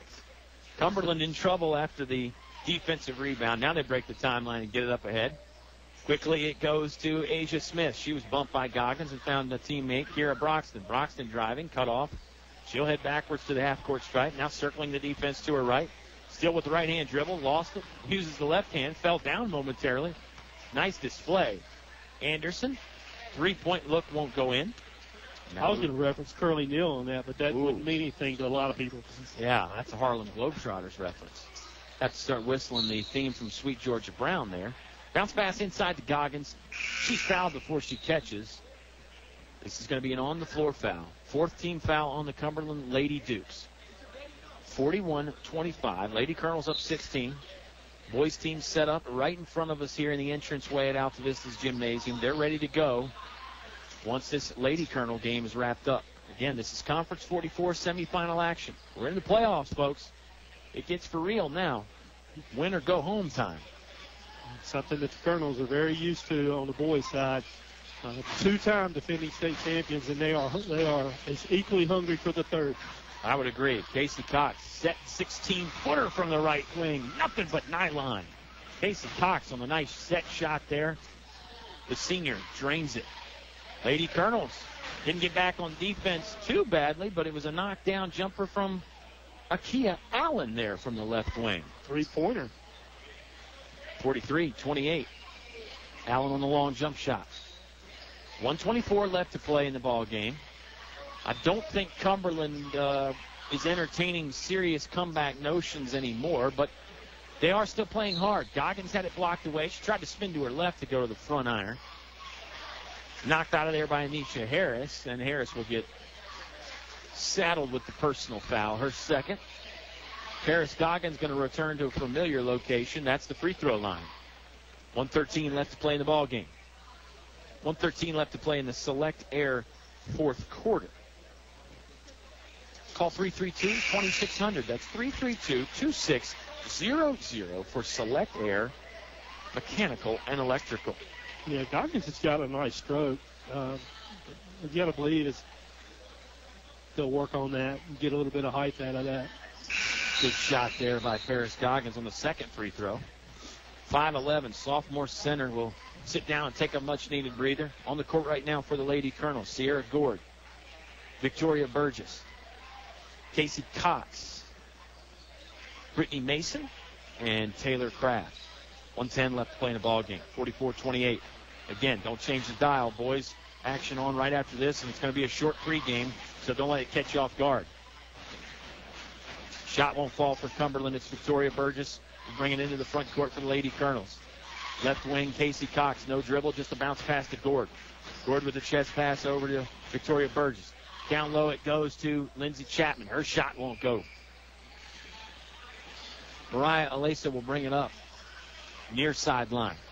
Still with the basketball. Leaves it off for Infinity Anderson in the corner. Anderson's three doesn't fall. Out of bounds. kicked out of bounds off the Altavista Lady Colonels. 33 seconds here remaining in the ball game. Colonels leading 44-28. Looks like we can say with pretty good certainty that they're going to advance to the Conference 44 finals.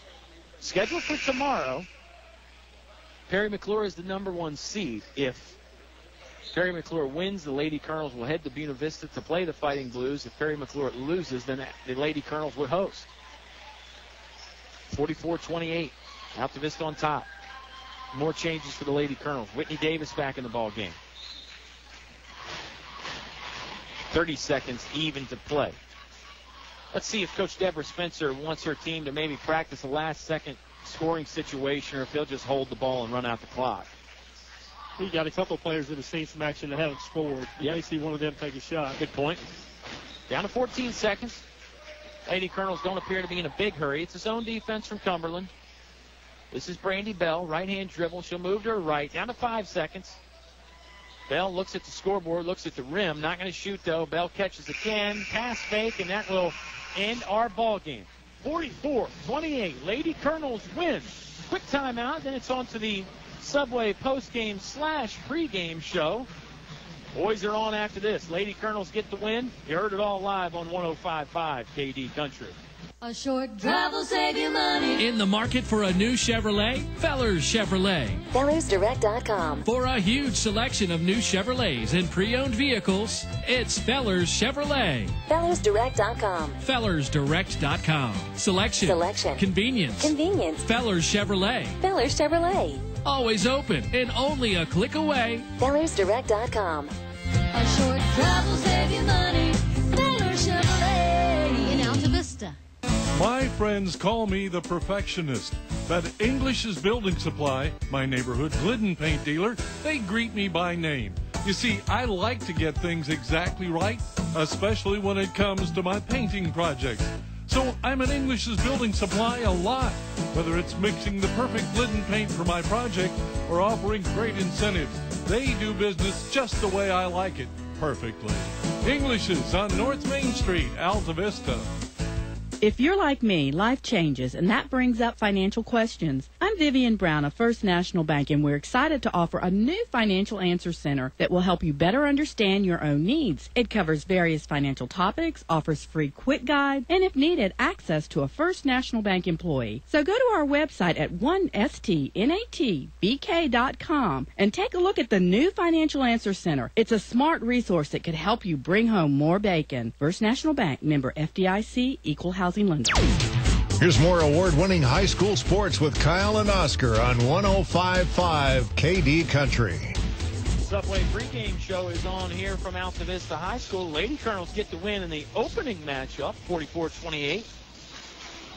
Oscar, we'll discuss that momentarily before we get on to the boys. I know you're totaling up the score numbers right now. Lady Colonels, for the most part, were in control the entire game, just to varying degrees. Cumberland did play better there in the third and the first part of the fourth quarter, but the big lead that Altavista had, just too much to tackle. Yeah, it was, and let's face it, the height played a huge advantage, and the offensive rebounding was just too much.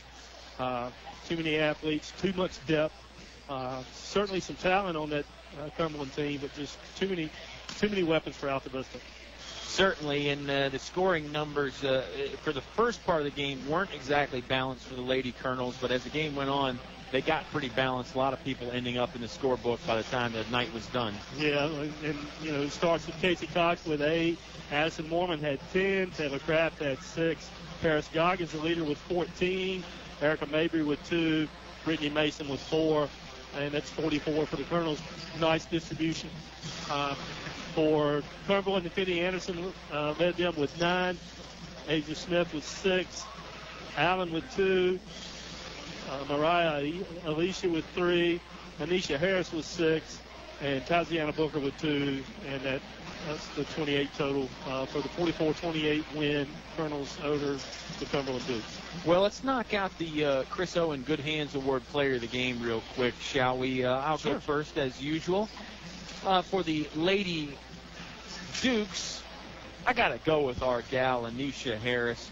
What a great game. She's a senior. Unfortunately, her career has come to an end, and she She didn't score as much as I thought she would. I think it's maybe she's a little unselfish to a fault at times. She liked to pass. She's my pick for player of the game for Cumberland. Yeah, I concur. She's far and away best athlete they had, and probably didn't score as much as she had the opportunity to, but certainly an unselfish player. I'm sure they're sad to see her career come to an end tonight, but I concur with your coach. Yeah, I hope she can find a institution of higher education where she can continue her basketball career, because she's a good one. On the other side for the Lady Colonels, you want me to go first? No, dive right in there? Yeah, I'm going to dive right in and go first, and I'm going to go, I think the player that turned the tide, and that's Paris Goggins. When she came in, it was both teams were stale. They started running that high-low, and she was very successful. Ended up with 8 points in that first half, and ended up with 14 for the game. So I'm going with the point leader this time. Great call. I got to double up on that. Paris Goggins, just a sophomore. That's 14 points to lead the team off the bench, too. You don't normally do that, but she did it here tonight, and that was a good performance for her. Very worthy of our Chris Owen Player of the Game award. Let's step aside, and we'll completely shift gears and talk about the guys' game. Altavista in action right now. Warm-ups taking place. Central-Lunenburg is the opponent. The Chargers in the purple. We might call them the Purple People Eaters some. And just looking at their warm-ups, they look like they're going to be a formidable opponent. They're a well-put-together ball club. We'll step aside. We'll take a timeout. Bring it on back with some more of the Subway pre-game show. It's Altavista, it's Central-Lunenburg. You got yourself a ringside seat here on 105.5 KD Country. At Altavista Appliance Home and Lawn Center, we are dedicated to bring our customers the best service possible with competitive prices. Now through the end of February, we will be having a winter clearance event with some products cut down by almost 40%. With tax refund season in full effect, now is the time to upgrade all your indoor and outdoor needs. With a full line of major appliances, furniture, and Husqvarna lawn products, we are your one-stop shop. Best of all, we service and warranty everything we sell. Come check us out at 606 7th Street, Altavista, Virginia. Shop small, save big. Finch and Finch Funeral and Cremation Service. A family serving family since 1905. Personal, memorable memorial moments, celebrating life and more. Pre-arrangements with confidence, trust and care from our family to yours. Finch and Finch Funeral and Cremation Service. A family serving family since 1905. English Construction Company has been in the building business since 1909, so it's only natural that they appreciate the building process. They recognize the fact that organized sports programs build character as well as bodies and minds. They know that high school sports build our youth into more well-rounded and more productive adults. English Construction Company is proud to be a sponsor of high school sports and salute all athletes, coaches, and teachers. A word of praise and encouragement from English Construction Company with offices in Lynchburg. Unfortunately, I have some bad news. How bad is it, Doctor? We've done all we can. Your heat pump's not gonna make it. Oh, no. Honey, it's going to be okay. We'll call Select Air Mechanical and Electrical, 332-2600. With over 60 years experience, they'll have us comfortable again in no time. I recommend Select Air to all my patients. Call 332-2600 or visit selectairmechanical.com. They can handle all your home comfort needs, and they're an authorized trained dealer. It's hard to stop a train. More live high school sports action on 105.5 KD Country. Just in the nick of time, you made it to hear the Altavista Colonels basketball action here. Subway pregame show. I'm Kyle Haney. He's Oscar Briggs. We've been excited all night. We've had energy all night. This is a good game. We had a good opening contest. Lady Colonels got the crowd warmed up with a victory. Everybody is feeling that. I know we, of course, had the prom invitation, and we assume acceptance up in the stands. Pep Man is rocking the place, keeping everybody alive and excited. And we got a good opponent in town, the Central-Lunenburg Chargers. We heard from Coach Cartolero earlier in the halftime of the ladies' game. All you people that normally get shout-outs, he hollered at you if you joined us late, and Coach Cartolero doing his usual shout-out list. We mentioned Glenn and Linda Miller again, Oscar, because we got some great stuff from Miller's Jewelry this Saturday on the KD Country Instant Auction. They've been an auction mainstay for a while. And they always have nice stuff, yes. too. I mean, quality. People picked up some real deals from there. That's exactly right. And go down there to Miller's Jewelry and all the other places on our auction list. Check out some of the items. Preview it. We've got some really fantastic deals to be had this Saturday, 9 a.m. Okay, back to basketball, Mr. Briggs. And we probably haven't talked about the history as much as we should have. Colonels reigning and defending back-to-back 1A state champions. We've heard Coach Ward say it. We've heard Coach Cardallero say it. And I think we've even said it some. It's a chance to really make history because, you know, the good teams can win one state championship. The great teams can win two. But the legendary teams, the dynasties, are the only ones that can win 3 in a row. And the Colonels, they have the chance to do that this year, but they've certainly got their work cut out for them. Yeah, and you know, that's a word that you don't throw around very often as dynasty. Mm-hmm. And you win 3 in a row, and you certainly go into that category, no questions asked. Yeah, and that's a category that obviously all the coaching staff, all the players, and all the fans would love to see the Colonels enter, but you don't just get it handed to you. They don't give you a third state championship just because you won the last 2. You got to work for it. You got to earn it. And certainly if we think back to the first Colonel state championship, I know that game ended up getting a little bit out of hand, and the Colonels really ran away with it. But last year, as you remember, a 5 or a 6-point win against Radford that came down to the buzzer. Not exactly down to the buzzer, but it came down to the final 30 seconds of that game. That's a coin flip game. I mean, that can go either way, and the Colonels certainly had more when it counted. But, again, it doesn't just mean that they're going to hand it to you. You got to earn it on the court. And Radford's steamrolling right along, too. Right. So, you know, all the official prognosticators and social media people seem to think that it's headed for a rematch between those two teams. You never know how the seedings are going to exactly work out. Right. But it certainly is a possibility, and you know that would promise to be some kind of ball game. Yep, the Radford Bobcats are in the west region, Altavista in the east, so the earliest that they could meet up would be the state semifinals. The 1A East winner would meet the West runner-up, and vice versa. The West winner would meet the East runner-up. It can get a little confusing, but just stick with us. Let me bring up another point in regards to those two teams matching up. They've certainly got designs to get back to the state title game, but you can bet that every other team that plays, not only Altavista but Radford as well, would love to be the team that knocks them off. You got a big target on your back if you're either of those two clubs. Yeah, especially with the Colonels being 2-time defending state champions, they do have that big target. And you know what? They kind of relish that role. I think so. I mean, we've talked about this group of athletes that have won 2 back-to-back state football championships and back-to-back high school basketball championships, and they relish the role. They certainly got the swagger and the possibility, and if anything can do it, this group of kids can. Yeah, they know they're going to get everybody's best shot. They're everybody's Super Bowl. It was the same way in football, and for those guys that do play both, I'm dubbing it the drive for 5, trying to get 5 rings.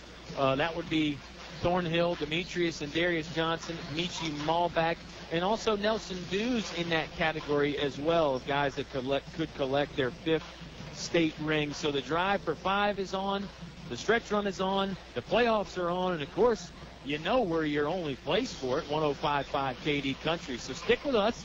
It's a Subway pregame show. The new grilled chicken strips are here at Subway. No artificial flavors, no artificial preservatives. All white meat, premium cut chicken that is expertly prepared. And Oscar signaling that perhaps that was your choice today at Subway, huh? That was on a flatbread, and it's absolutely as advertised. Great stuff. Unbelievable stuff. It was a Wednesday today, so I went with Egg White Wednesday. You know, I got a routine that I go with, and the unsweet tea provided by our sound engineer, Eleanor Haney, couldn't have been better. Let's step aside and take another timeout. We'll talk about playoffs. We'll talk about this matchup. Playoffs? We're talking about playoffs tonight, brother. 7:45 remaining in the pregame warm-ups. It's the Subway pregame show. It's the Colonels. It's the Chargers It's first-round playoff action. It's all live on 105.5 KD Country. Some people have never tried food at a Mexican restaurant. So we asked Chad Shelton from Shelton's Plumbing and Heating about his experience. I wasn't so sure what the green stuff was, but they slipped some on my plate one day, and now I won't have a meal without guacamole. Still can't spell it. At El Cazador Mexican Restaurant, if you have questions, they give you the answers in English. Mexican and American foods, affordable prices, and fast service.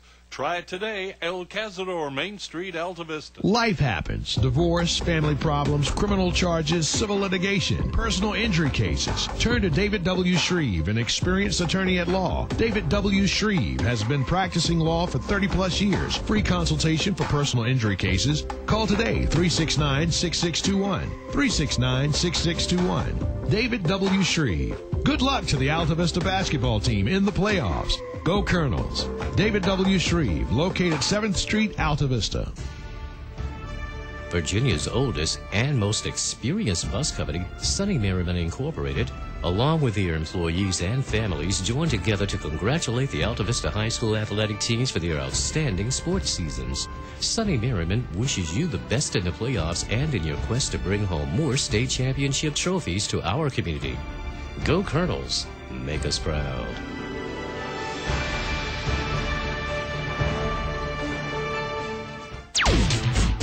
Back to the press box for high school sports on 105.5 KD Country. I'm Kyle Haney. He is Oscar Briggs. We're not in the press box anymore. We're courtside here at Altavista High School. And I think we rather like it. You know, we came down here, Oscar. We thought it might be a short stay, but they haven't thrown us out yet. They haven't made us go back, so I think we're going to tough it out. I think they kind of like it being down in the corner. They can keep an eye on us a little bit better. That's a good point. When you're up there in the press box, sometimes you're out of sight, out of mind.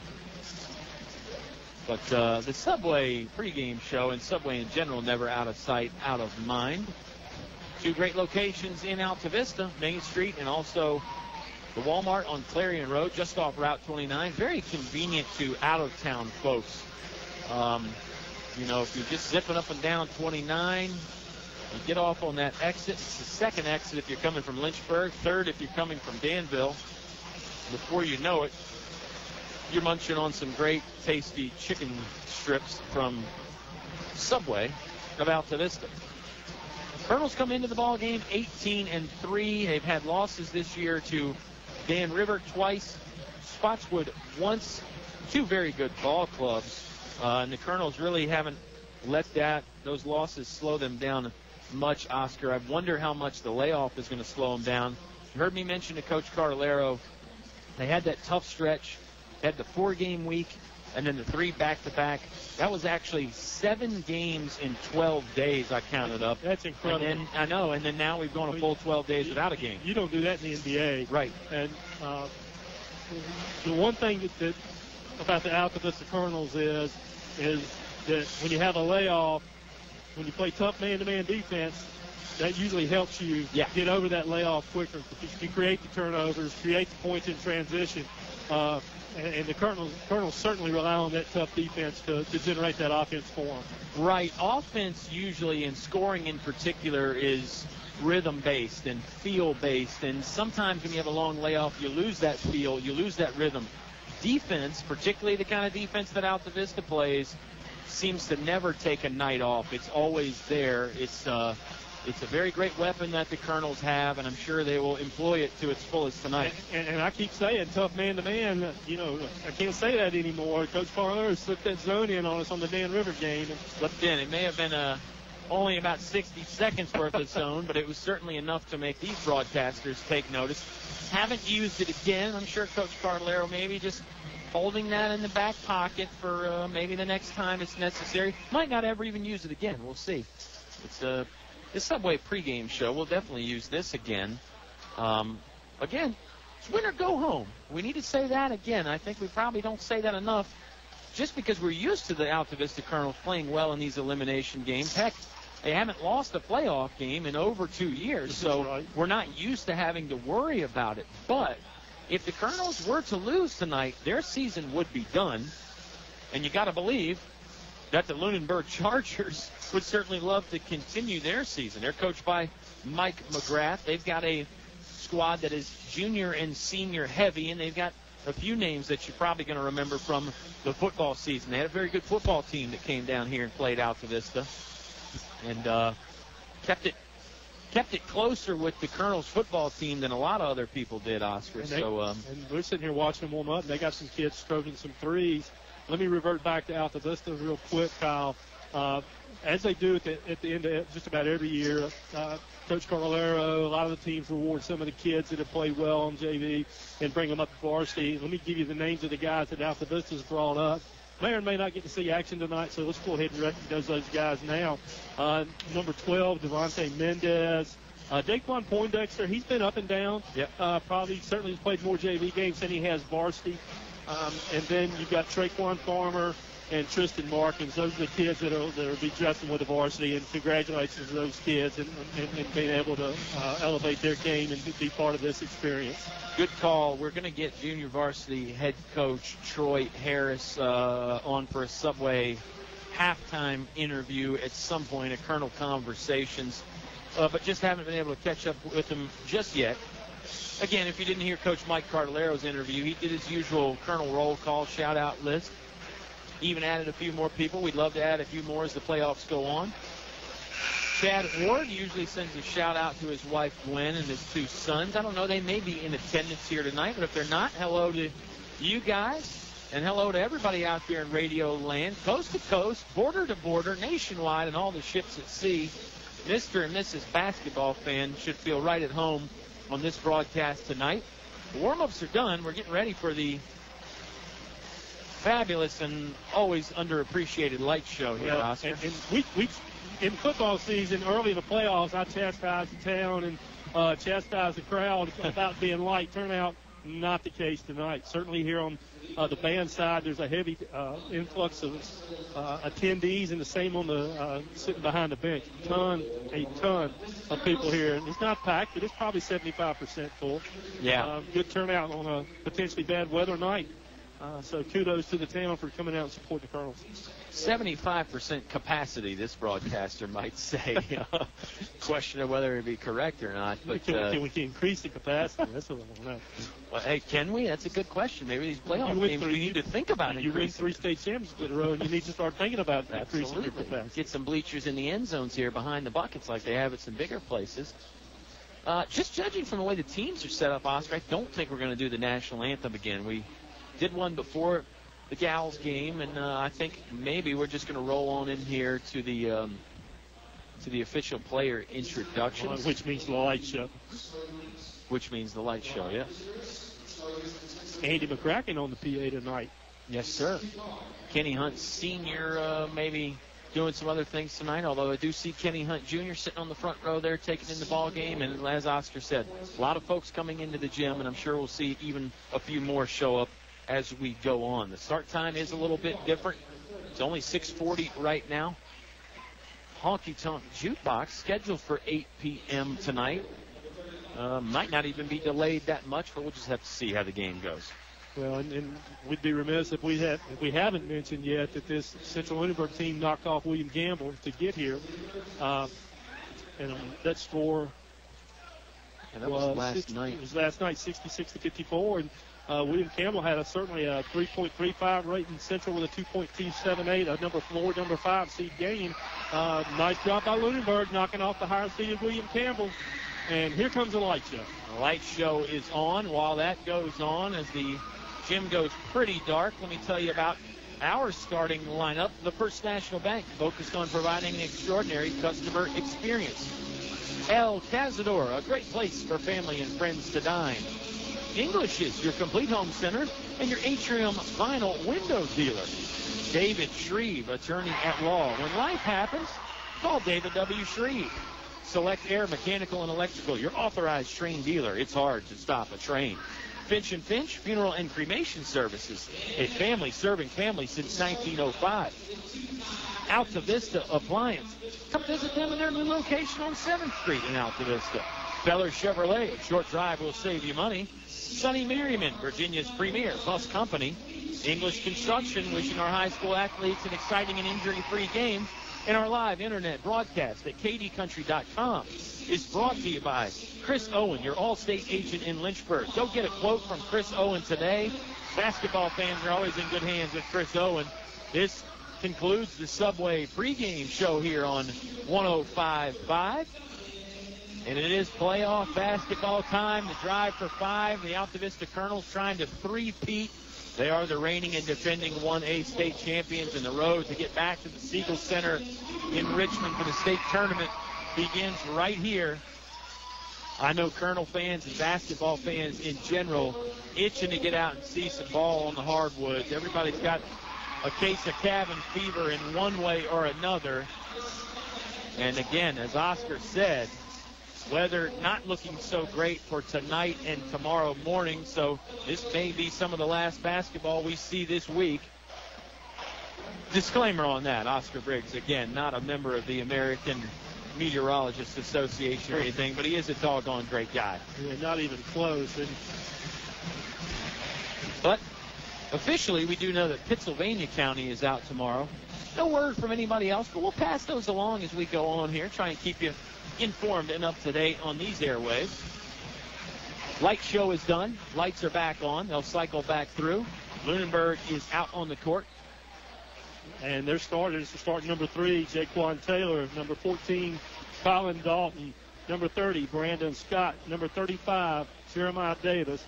And number 40, Ray Alexander. A little bit different starting lineup tonight for the Colonels. They're going with Michi Malbeck, Juan Thornhill, Donovan Montague, Nelson Dews, and Josh McClure. Neither one of the brothers Johnson starting tonight.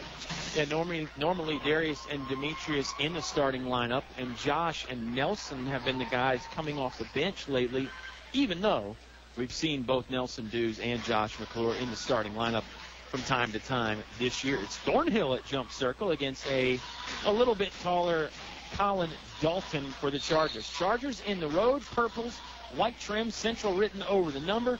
Colonels in the home whites. Orange Altavista written over black numbers. Orange trim going down the side. Everybody for the Colonels. Gray shoes, gray socks, except for Michi Malbeck with the black shoes. Jump ball goes to the Chargers.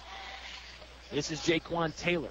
Taylor picks up the dribble, fires it down low, looking for Alexander, but it's poked away and finally recovered by Donovan Montague. Great job by Josh McClure. McClure was helping out. Nelson Dews looking at the three-pointer. No good, in and out.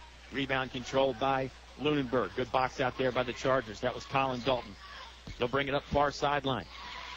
This is Jeremiah Davis. Bounce pass. Right wing. 3 ball on the way is good from Jaquan Taylor. And Lunenburg leading 3-0 early. 7:15 left to play in the Select Air first quarter. And certainly with this lineup on the floor, it certainly changes the dynamics of the rebounding for the Colonels. I would agree. Rebounding assignments are going to be important tonight with the box out. Malbeck looking for a 3. No good. Didn't even draw iron. It's recovered by Jeremiah Davis there on the catch. Chargers lead 3-0. They're on the attack again. Motion offense. It's Colin Dalton that has it far sideline in front of the Colonel's bench. Now top of the key.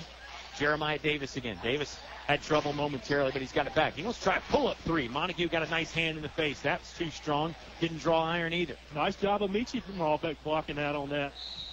Thornhill up ahead. Nelson Dews tried to track it down and fell over in the process. Nelson Dews can't recover the loose ball. It's a nice job of by Ty Gafford preventing Nelson from sliding into the wall. Yeah, Ty got down there like a shortstop. Just protected Nelson. 3-0. Chargers lead. Colonels will loosen up the man-to-man defense a bit and let Central break the timeline without much trouble. This is Jeremiah Davis, number 35. Handoff play. Thornhill got knocked around momentarily. Another 3 ball on the way. This one front iron. Rebound by Colton Davis on the offensive end. Here's Brandon Scott. He lost it, looking for Taylor again, and Taylor threw it out of bounds off of a Colonel knee. Michi Malbeck in, rotating over. Nice job there, and it didn't take long. Brothers Johnson in, which to me indicates maybe a late to practice or something similar to that. Yeah, I'm with you on that. I won't go any further than that. Derek Demetrius Johnson, immediate impact on the steal. Right side of the hoop. Lay in is good, and he is fouled. 3-2. Colonels cut it in the lead, and they have a chance to tie here as Demetrius Johnson will go to the free throw line. 6:08 left to play in the first quarter. Good job on the turnover there, and great hustle by Demetrius. He really just beat the defense down the floor. Nice job. I thought he was going to be able to get a step and be able to get the slam, but Nice job by Central getting back. He converts. Tie ball game. 3-3 is our score. 6:08 to play. Malbeck playing some tight pressure defense there. Now it's Demetrius Johnson all over Brandon Scott. He'll break the timeline. Jeremiah Davis. Davis, left-hand dribble, working to his left, guarded by Demetrius. They'll swing it over to Dalton in the corner. Dalton looking for Jaquan Taylor. Going to have to save it. He can't. Ends up in the front row of the stands there, right in front of referee H.F. Haymore, who is done with his duties from the girls' game. He wants to take in a little basketball action of his own. Who doesn't want to watch the Colonels, though? Again, two-time defending state champion. I'm with you. And certainly the attendance numbers in the gymnasium would agree with that statement. 3-3, tie ball game. Thornhill has it near sideline. Now it goes right of center. Malbeck, lob play, looking for Thornhill and Juan on the two-handed jam. The alley-oop play above the rim for the Colonels. It made you wonder if Juan had maybe jumped too early, but he hung and was able to slam that ball down. That'll be on ESPN's top 10. Oh, it better be. Jaquan Taylor, floater, middle of the lane, won't fall. Basketball knocked out of bounds. It's going to stay with the Chargers. Yeah, Thornhill looked like he did, as you said, sort of mistimed the jump, but the athleticism just levitating in midair somehow. Elected and throwing it in with called him the the magic man in football. Levitation was exactly what he did on that play. I think that's what he does. Malbeck, almost with the steal. Basketball on the floor. Brandon Scott recovers, though. Going to dribble his way back out to half court. 5:05 left to play in the first quarter. It's a 5-3 Colonel lead. They trailed initially, but the Chargers haven't scored in over 2 minutes. Montague with the steal. Donovan to the hoop with the right-handed thunder. Donovan Montague just blows the roof off of this gym. And Montague pumping up the crowd saying, let's go. How about it? 7-3 lead for Altavista. They turned up the defense, too. No kidding. Oh, a circus shot won't go down for number 40, Raymond Alexander. Altavista. That was influenced by Donovan as well. Juan, Colonel's got a little excited, a little exuberant, and Juan was looking for Michi cutting to the basket, and Michi was kind of hanging outside looking for the three-pointer and just didn't connect on that play. Colonel crazies have sort of become used to the dunks from Thornhill, but I'll tell you what, nobody expected to see Montague rise up and flush it down. Certainly Mike McGrath doesn't like it. He's calling a timeout. We'll take it with him. You listen to 105.5 KD Country. Does it seem that most stores don't care about good service these days? Well, at English's Building Supply, good service is still the king. They greet me with a smile, help me select the highest quality Glidden paint, provide expert color matching, and even carry my paint to the car. They help me get the job done right and make it last. At English's Building Supply, the customer is still king. English's Hardware and Building Supply, North Main Street, Altavista. Your high school sports station with award-winning coverage on 105.5 KD Country. 7-3, Colonels lead by 5, and it's featured two pretty electric dunks. A two-handed alley-oop jam by Thornhill. Great pass from Malbeck to get it to him. And then a steal and a run-out right-handed, just banging it through the rim by Donovan Montague. 4:23 left to play in the first quarter, and you're right, Mike McGrath did not like those. Thornhill's got Montague with the steal. Montague to the hoop with the right hand, had it swatted away. Out of bounds off of Donnie. Donnie tried to play through some contact there. No whistle. I think he thought he was going to get a foul called. He did think he was going to get a foul called, and I also think he thought he had enough room. He was going to be able to go for the dunk again. Inbound play coming here for Lunenburg. They got to travel a length to the court. They can't get it inbounds. They got to use a timeout again. Let's take another one. Colonel's up 5. Now they're applying the screws defensively. 4:15 left to play in the first quarter here on 105.5 KD Country. A short drive will save you money. In the market for a new Chevrolet? Fellers Chevrolet. FellersDirect.com. For a huge selection of new Chevrolets and pre-owned vehicles, it's Fellers Chevrolet. FellersDirect.com. FellersDirect.com. Selection. Convenience. Fellers Chevrolet. Fellers Chevrolet. Always open and only a click away. FellersDirect.com. A short drive will save you money. Fellers Chevrolet in Altavista. Now back to the action with Colonel Sports on 105.5 KD Country. Conference 44 semifinal action. Oscar, Colonels lead by 5. Go ahead. Well, before the game started, we talked about rust and the effect that tough man-to-man defense and the way that they can generate the offense, all points have come off steals and pressure from the Colonels. You're right. Thornhill grabs a loose ball. Far sideline, he'll walk it up. They get it in the left-hand corner to Donovan Montague. Montague wants to try the three now. He got it! Donovan Montague doing it all tonight. First the dunk, now the long-range bomber. And how about this Donovan Montague? Almost got another steal. This is Alexander. Darius Johnson swatted it away. With his elbow. Yep.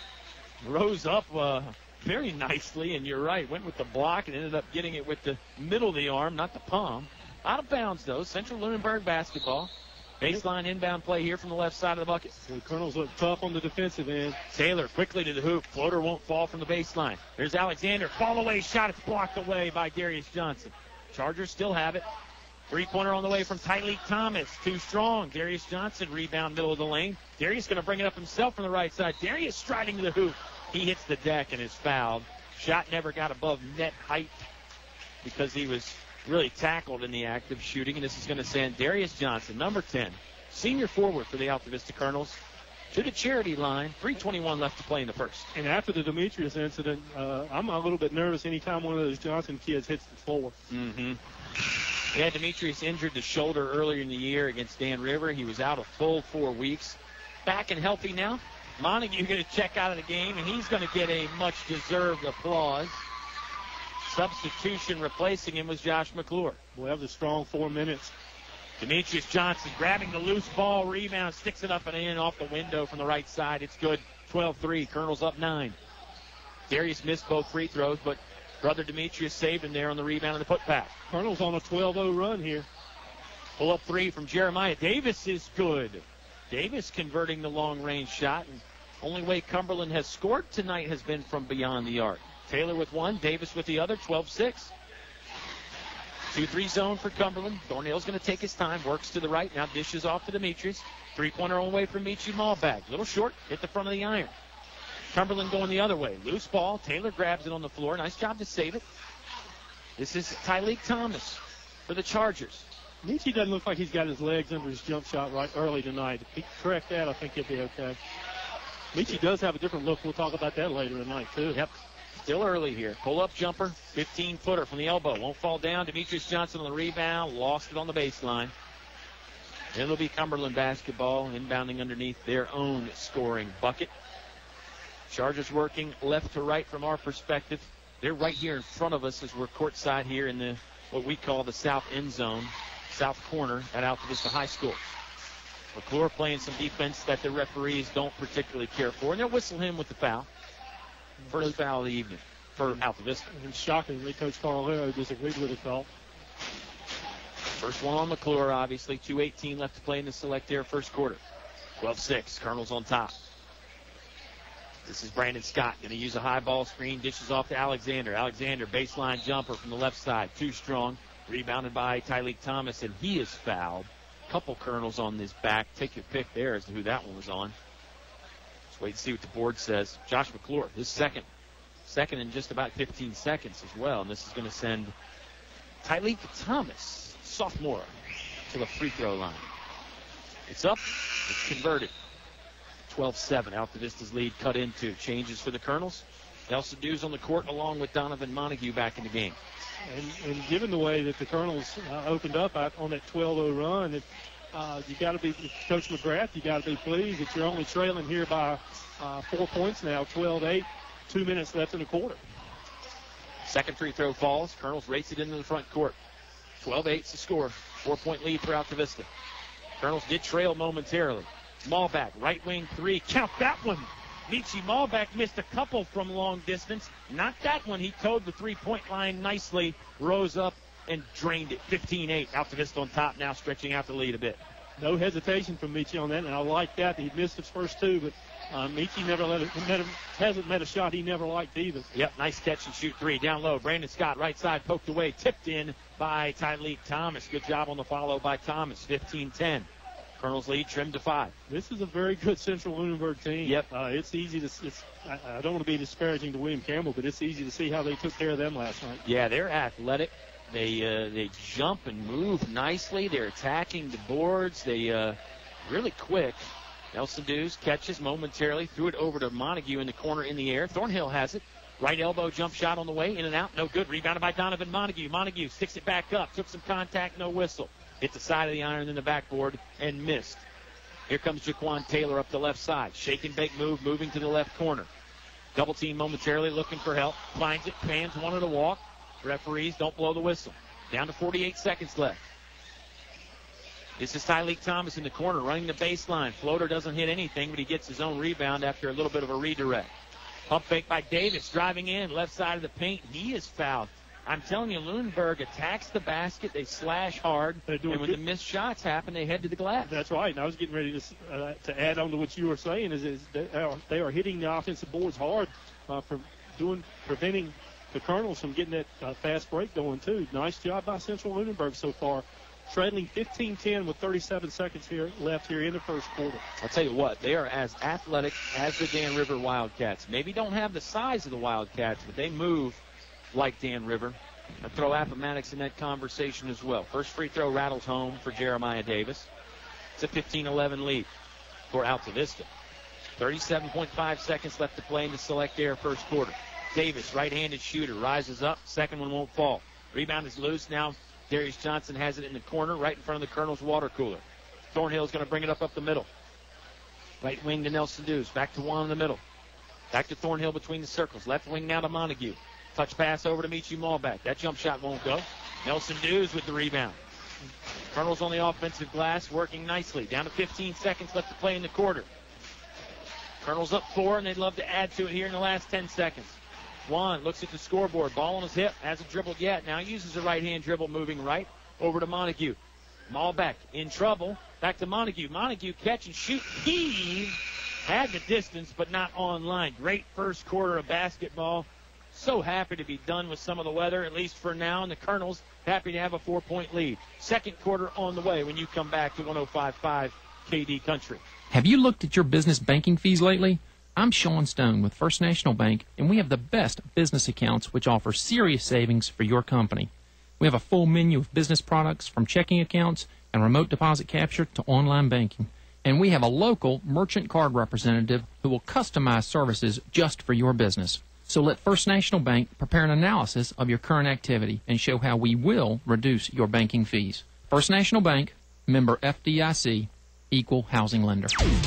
Your home for Colonel sports coverage. 105.5 KD Country.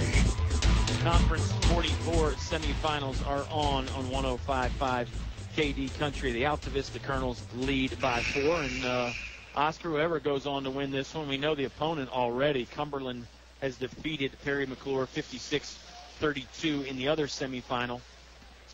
So that is who the winner of this one will take on. And right now, that's anybody's guess. Colonels have a 4-point lead, but it's been hard fought. Of course, Colonels are a home.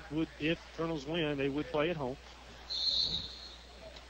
Yeah, Colonels would host all the way out, and they are the top seed in the regional next week, if they get into the regional, that is. So they would host quarterfinal and semifinal regional action. The finals are scheduled for William Campbell High School. That's virtually like hosting for Altavista, not a long trip over there to Naruna. In fact, last time we were in action was in Naruna. Nice game there between those clubs. Colonels lose it on the opening possession, poked away by Jaquan Taylor. Taylor, waist-high dribble. Chest pass, middle of the court. It goes to Jeremiah Davis. Davis hadn't used the dribble yet. Now he'll work to his right. One-hand bounce. Back to Taylor. Taylor spin move, got cut off outside the lane, throws it in the backcourt. That's a violation, and that will send the rock back to the home team, the Altavista Colonels, who would lead by 4. And then Colonels certainly, Coach Carlero implored them to turn a notch up on defense there, and they absolutely did that, forced that turnover, backcourt violation. Not the starters for this game in right now, but our usual starting 5. Both brothers Johnson, Darius and Demetrius, Juan Thornhill, Michi Malbeck, Donovan Montague. Left-hand post, it goes to Darius Johnson. Johnson fouled. Couple Chargers tied him up around the arms. Well, this is a lot of times a point in the ball game. 15-11, close ball game, going here to 7-18 remaining in the quarter. You'll start to see them feed the brothers Johnson, and this is where the Colonels will start to really wear you down. Excellent point. Darius on the free throw line. First one a little too strong. Back iron. Heard Coach Carlero say they got some spirited practices in during the break. He did work the guys a little extra just because he knew there weren't games coming up in a while. I'm sure free throw shooting was on the agenda in every single practice. Second one goes in for Darius Johnson. Only 1 for 4 tonight from the Colonels so far. Yeah, Colonel's coming into the game at 58%. Steal there. Darius throws it ahead for Demetrius. Wasn't a great pass, though. Oh, Darius got the steal somehow. Used his butt to do it. He'll fire the pull-up jumper off balance. No good. Basketball out of bounds off Lunenburg. A little bit of sloppy play down there on that end. Don't think Coach Carlero was really pleased with that shot that Darius took. It was so far off balance. Yeah. Perhaps a little bit of rustiness again. They bounce it in quickly to Darius Johnson. Right side of the paint, shot up off the window. Hits the side of the iron and falls out. But there's the whistle. Darius Johnson fouled in the process of shooting. Darius 1 for 4. He's the one that 1 for 4 tonight from the free throw line. I'm betting that he raises that percentage on this trip. Well, remember, Darius has been there coming into this game 97 times. So he's shot over 100 free throws this year. Knocks that one down. Yeah, he's over 73% on the season. And that's darn good shooting at the high school level. Yeah. Oh, yeah. And especially for a big man, too. Of course, Darius isn't your average big man either. Second one off back iron, too strong. Rebound collected at the free throw line by Lunenburg. That's Brandon Scott. Scott's going to walk it into the front court, and he's guarded by Michi Malbeck. Got by Malbeck momentarily, but then passed it up and threw it out of bounds into the stands. They say Michi got a fingertip on that. It's going to stay with Lunenburg. They'll inbound right in front of Michael Lee, one of the assistant coaches for Altavista. Oh, Taylor had it knocked away by Thornhill. Here comes Juan the other way on the fast break. 3-on-1. Fake the pass to the hoop. Off balance to score. And Juan Thornhill with the basket. Count it, and he's headed to the free throw line. Juan with a very Magic Johnson-like move. He faked the pass, looked the defense off, and then went to the hoop with the right hand. Yeah, and his steps, he was taking steps, so he was going to go up for the dunk for that. Misses the free throws. Darius on the rebound. Follow. He's going to get fouled. He'll go to the line now for 2. Wow. Colonels on the offensive glass have been operating effectively, and I'm sure that is much to the disappointment of Lunenburg coach Mike McGrath. Second foul there on Colin Dalton. 6th one on Lunenburg as a team. Johnson again from the free throw line, converts the first. Might have to start making Darius pay a little bit of rent over there from the free throw line. He's there so much. 20-11, Colonels lead, make it 21-11. Altavista up 10 after Darius makes both. 6:35 remaining in the Select Air second quarter. 10-point Colonel lead. Jaquan Taylor driving. Left-hand floater goes in. Taylor hit the deck. Juan just gave him a look, I think, to see if he was okay, and then also maybe say, hey, nice shot, champ. Well, Juan was all over, and that was closely defended. Yeah, Demetrius Johnson, power move inside. Lost the basketball. Swatted away. Out of bounds, though, off of the Chargers. Like Colin Dalton got his hand on the block, and he was the one that knocked it out of bounds as well. Oh, Juan bounced it off of a defender. Didn't see him. He threw it right off of Dalton's back. Juan caught the redirect and stuck it back in for 2. The athleticism, the craftiness of Thornhill. Yeah, you see somebody do that about once a year in college basketball. You'll see that happen. But we've seen it about 5 or 6 times this year, I think, with Thornhill. He's so crafty, knows the game so well, knows where everybody is. I compared him to a chess player, to where he's always thinking about, 10 moves in advance. He knows where all the pieces on the board are. 6:01 left to play in the Select Air second quarter. Of course, Select Air, your authorized train dealer. It's hard to stop a train. Josh McClure back in the ball game for the Colonels. He joins Thornhill, Demetrius Johnson, Donovan Montague, and Michi Malbeck. Juan got his hand in the passing lane again, and it ends up, no, it's not a turnover. Alexander got it back for the Chargers. Missed shot, though, from right in front, and McClure gets the rebound. Using his elbows to get some space, bounces it off to Thornhill. Juan's going to bring it up right of center. Kicks in the corner to Malbeck. Michi, step back 3. Good. Michi Malbeck, absolutely. That stretches the lead out to 13. Michi thought about the catch and shoot 3, took a dribble inside the three-point line, took 1 step back, and then fired it with open space. 26-13. Lunenburg operating now on offense. Alexander got it from the dish off from Taylor, and Alexander takes too many steps. That's a turnover. That's going to send the basketball back to the home team, the Colonels. First time we've seen Mateo Malbeck checking the game. He enters with 5:25 left to play in the second quarter. Colonels up by 13 and only 5 and 9 from the line. So Coach McGrath still's got to be confident or pleased that they're only trailing by 13 with 5:17 remaining here in the second quarter. McClure, 3-point line left wing. Too strong. on the shot. Rebounded and cleared nicely by Jeremiah Davis for the Central-Lunenburg Chargers. Jaquan Taylor took an extra step before his dribble, and that's a turnover. Can't like that, the turnover there without getting a shot off. Taylor talking it over with the referee, and he seemed to come to an agreement with the official's decision. Yeah, I like that. I like the way he handled it. He didn't turn and fuss. He was just, okay, what's the deal? And, they talked through it, and he seemed to accept it. And Mateo Malback threw a no-look pass that Demetrius wasn't ready for. Turnover. Jaquan Taylor, shot won't go in from the left side. McClure on the defensive rebound again. He'll just dribble out of trouble this time. Now bounces backwards to Demetrius Johnson. Thornhill going to bring it up far sideline. That's the right sideline from our perspective. Colonel's working right to left or south to north from where we sit. Montague, 3-ball on the way again. Look out below. Donovan Montague dialing long distance from the left wing. Will you accept the charges, Oscar Briggs? How about that? He's 2 out of 3 from three-point land tonight. Yeah, I'll take it from Donovan all night long. Colin Dalton going to pull up for 3, and that's good. And Dalton was reining them in pregame. He was knocking them down one after another. It's turning into an NBA-like affair. Montague thought about the 3 again, left wing, going to bounce it back middle of the court to Mateo Malback. Mateo Malback surveying the defense, kicks to Thornhill, right wing. Floater, fadeaway jumper, doesn't fall, in and out, no good. McClure on the rebound and a stick back. Count that one from inside. Josh McClure.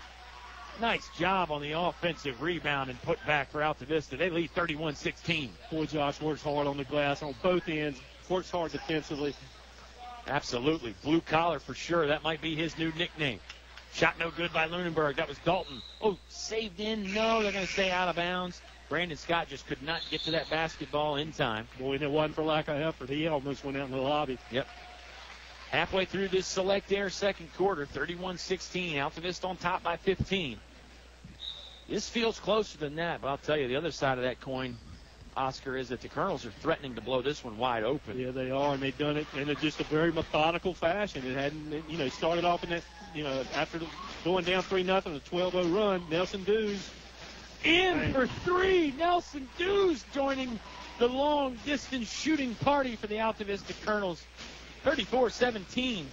And if Central-Lunenburg had any indication or any wondering as to why Altavista had won 2 in a row, they're getting a taste of it tonight. Yeah, Thornhill with the steal, as Oscar was talking about the taste Lunenburg is getting, and I'm sure it tastes a little bitter right now. Juan fouled. He was heading the other way. Colonel's inbound on the near sideline. 3:10 left to play in the half. I mean, Lunenburg's a very, very good ball club. Yeah. I mean, they've got athletes. They're well coached. They played well defensively. They've hit the boards, but they are just overmatched. Yeah, this is not because Lunenburg is not bringing a good fight to the ring here. Altavista, I'd say they're playing outside of the missed free throw there from Thornhill and some other free throw problems. This is probably about the best quarter and a half of ball we've seen from the Colonels, certainly in a while.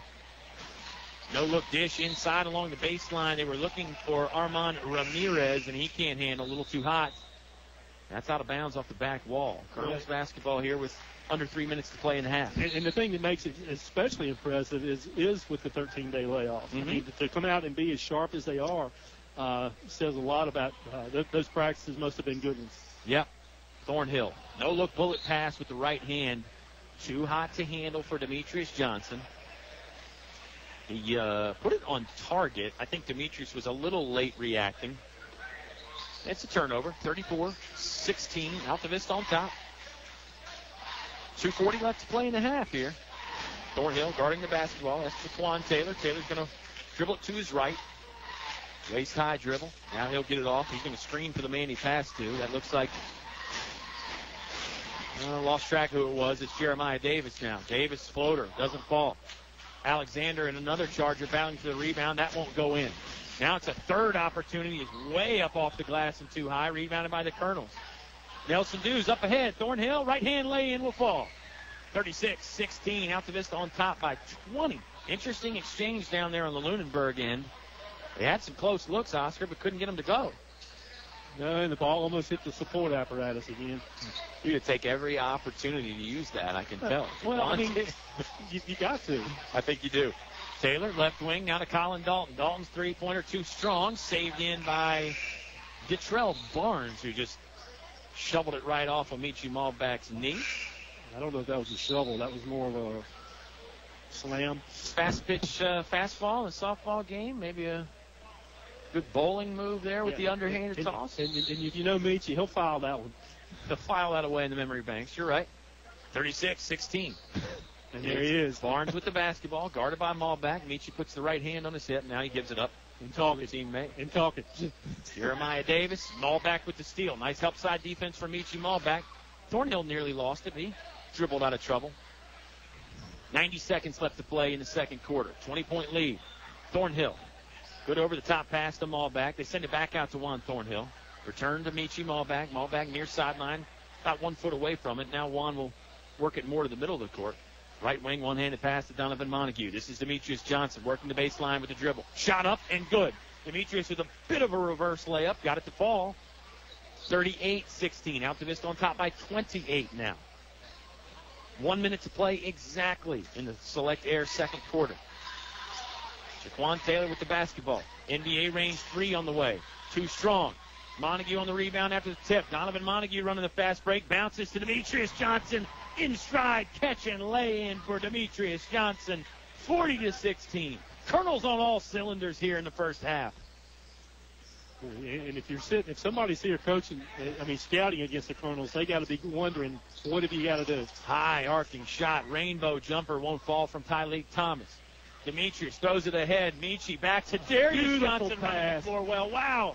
The imagination and then the execution and just the vision to know where he's at. And the pure unselfishness on all the players on that play. Demetrius threw it long in the front court. Michi ran it down going away from the hoop and then just dumped it off to Darius, who was going towards the hoop. Taylor running the baseline, in trouble. Lunenburg's down to 5 seconds. Taylor, free ball from the corner. Too strong, put back attempt, no good. Buzzer, does it count? Yes, it does. It's Raymond Alexander at the buzzer for 2. And it cuts into the Altavista lead a bit, but that half was all Colonels. 42-18. Subway halftime show on the way when you come back to 105.5 KD Country. At Altavista Appliance Home and Lawn Center, we are dedicated to bring our customers the best service possible with competitive prices. Now through the end of February, we will be having a winter clearance event with some products cut down by almost 40%. With tax refund season in full effect, now is the time to upgrade all your indoor and outdoor needs. With a full line of major appliances, furniture, and Husqvarna lawn products, we are your one-stop shop. Best of all, we service and warranty everything we sell. Come check us out at 606 7th Street, Altavista, Virginia. Shop small, save big. Finch and Finch Funeral and Cremation Service. A family serving family since 1905. Personal, memorable memorial moments, celebrating life and more. Pre-arrangements with confidence, trust and care from our family to yours. Finch and Finch Funeral and Cremation Service. A family serving family since 1905. There's just one place where students are students first, and athletics are played with purpose and perspective. That place is your local high school. High school sports offer more than the joy of competition. Studies show that student athletes in Virginia are also likely to enjoy greater levels of achievement in other areas of their lives, including academics. High school sports, a winning part of a complete education. Brought to you by English Construction Company, with offices in Lynchburg. Your station for high school sports play-by-play is 105.5 KD Country. 42-18, the Altavista Colonels on top here from Altavista High School. 42-18, Oscar. We knew the Colonels were good. We knew we were going to see some exciting stuff here tonight. But I don't know if we knew it was going to be this good. Agent Zero. Altavista, they average 56.8 points a game on the year. I have a feeling they'll get to that mark, huh? Yeah, I would think so. And we mentioned it before that if you're here scouting the Colonels, you got to wonder, how do you stop them? Well, Michi Malbeck with 6, Juan Thornhill with 8, Donovan with 8, Demetrius with 9, Darius with 6. Nelson Dews with a 3, Josh McClure with 2. How do you defend? Wow, inside the Colonels have been great. In transition, the Colonels have been great. They've gotten points off of defense. And then the long-range game to boot, Oscar. I mean, Nelson hit a 3. Donovan hit 2 threes. Malbeck hit a 3. This is a bad, bad machine that is running on all cylinders and appears to be well-oiled tonight. Well, it does, and you know, they do it. They certainly do it with a little bit of. They do it with swagger, but it's not an overconfidence. They play with a high degree of confidence. They have a high degree of trust in each other. They know where each other. They played so much basketball together. They know where they're going to be. It's something to behold. It really is. We expected there to be a little bit of rust after the long layoff. No, I think the Colonels were just itching to get back out on there in the court. And like you said, face off against somebody wearing a different colored jersey. The Central-Lunenburg Chargers are the opponent here tonight. They're on the short end of the stick right now, 42-18.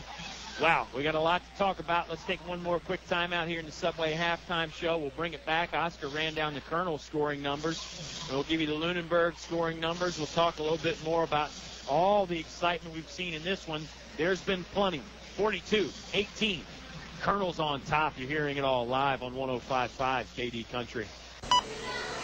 Unfortunately, I have some bad news. How bad is it, Doctor? We've done all we can. Your heat pump's not gonna make it. Oh, no. Honey, it's going to be okay. We'll call Select Air Mechanical and Electrical, 332-2600. With over 60 years experience, they'll have us comfortable again in no time. I recommend Select Air to all my patients. Call 332-2600 or visit selectairmechanical.com. They can handle all your home comfort needs, and they're an authorized trained dealer. It's hard to stop a train. Good food, low prices, and great service keep customers coming back for more day after day at El Cazador Mexican Restaurant in Altavista. El Cazador is now open all afternoon, so you can buy anytime, any day, 11 a.m. until 10 p.m. El Cazador Mexican Restaurant, a great place to unwind and relax with friends. Open 7 days a week, Main Street, Altavista. El Cazador thanks you for your business and making them the #1 Mexican restaurant in town. Life happens. Divorce, family problems, criminal charges, civil litigation, personal injury cases. Turn to David W. Shreve, an experienced attorney at law. David W. Shreve has been practicing law for 30-plus years. Free consultation for personal injury cases. Call today, 369-6621. 369-6621. David W. Shreve. Good luck to the Altavista basketball team in the playoffs. Go Colonels. David W. Shreve, located 7th Street, Altavista. Virginia's oldest and most experienced bus company, Sunny Merriman Incorporated, along with their employees and families, joined together to congratulate the Altavista High School athletic teams for their outstanding sports seasons. Sunny Merriman wishes you the best in the playoffs and in your quest to bring home more state championship trophies to our community. Go Colonels, make us proud.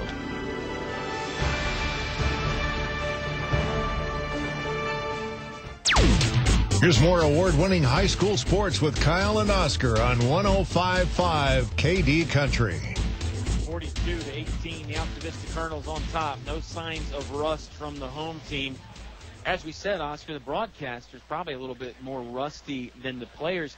You said you got to check out some live basketball to stay sharp. I employed the services of the lovely and talented Monica Robertson to try and help me practice up at home. We busted out some old Laker DVDs, and she had no idea who Kareem Abdul-Jabbar was.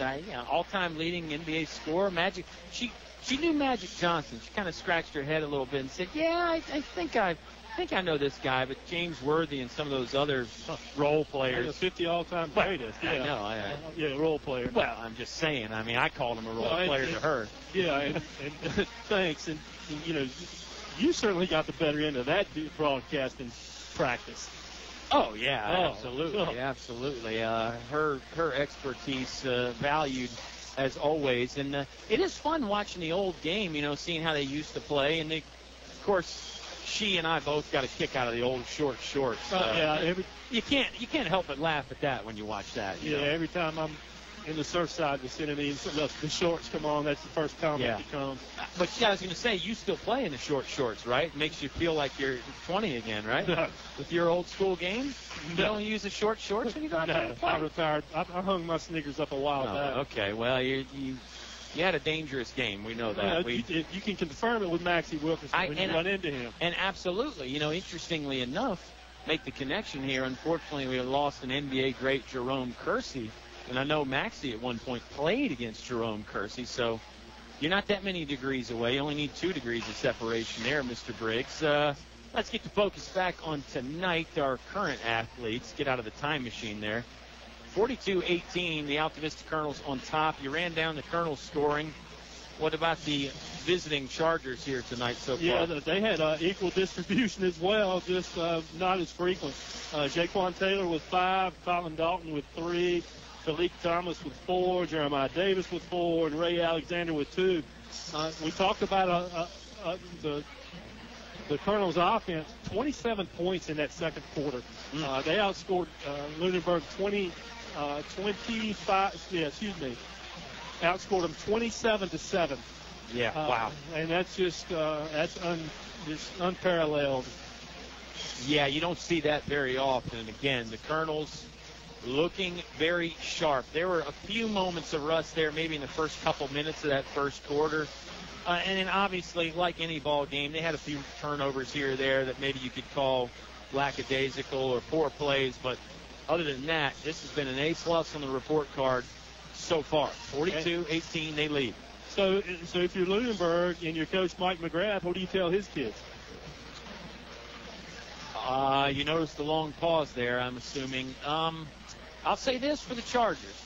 They have played hard. They have not given up the fight at all, and I think maybe that's what you build on if you're Coach Mike McGrath.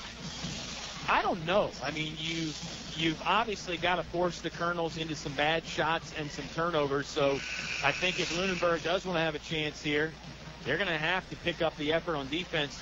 But that's not to say their defensive effort has been bad. They just completely outmatched right now. Yeah, I mean, that's all there is to it. I mean, what's your take? What do you think of what Coach McGrath has? I think you tell them the same thing. You try to win the quarter.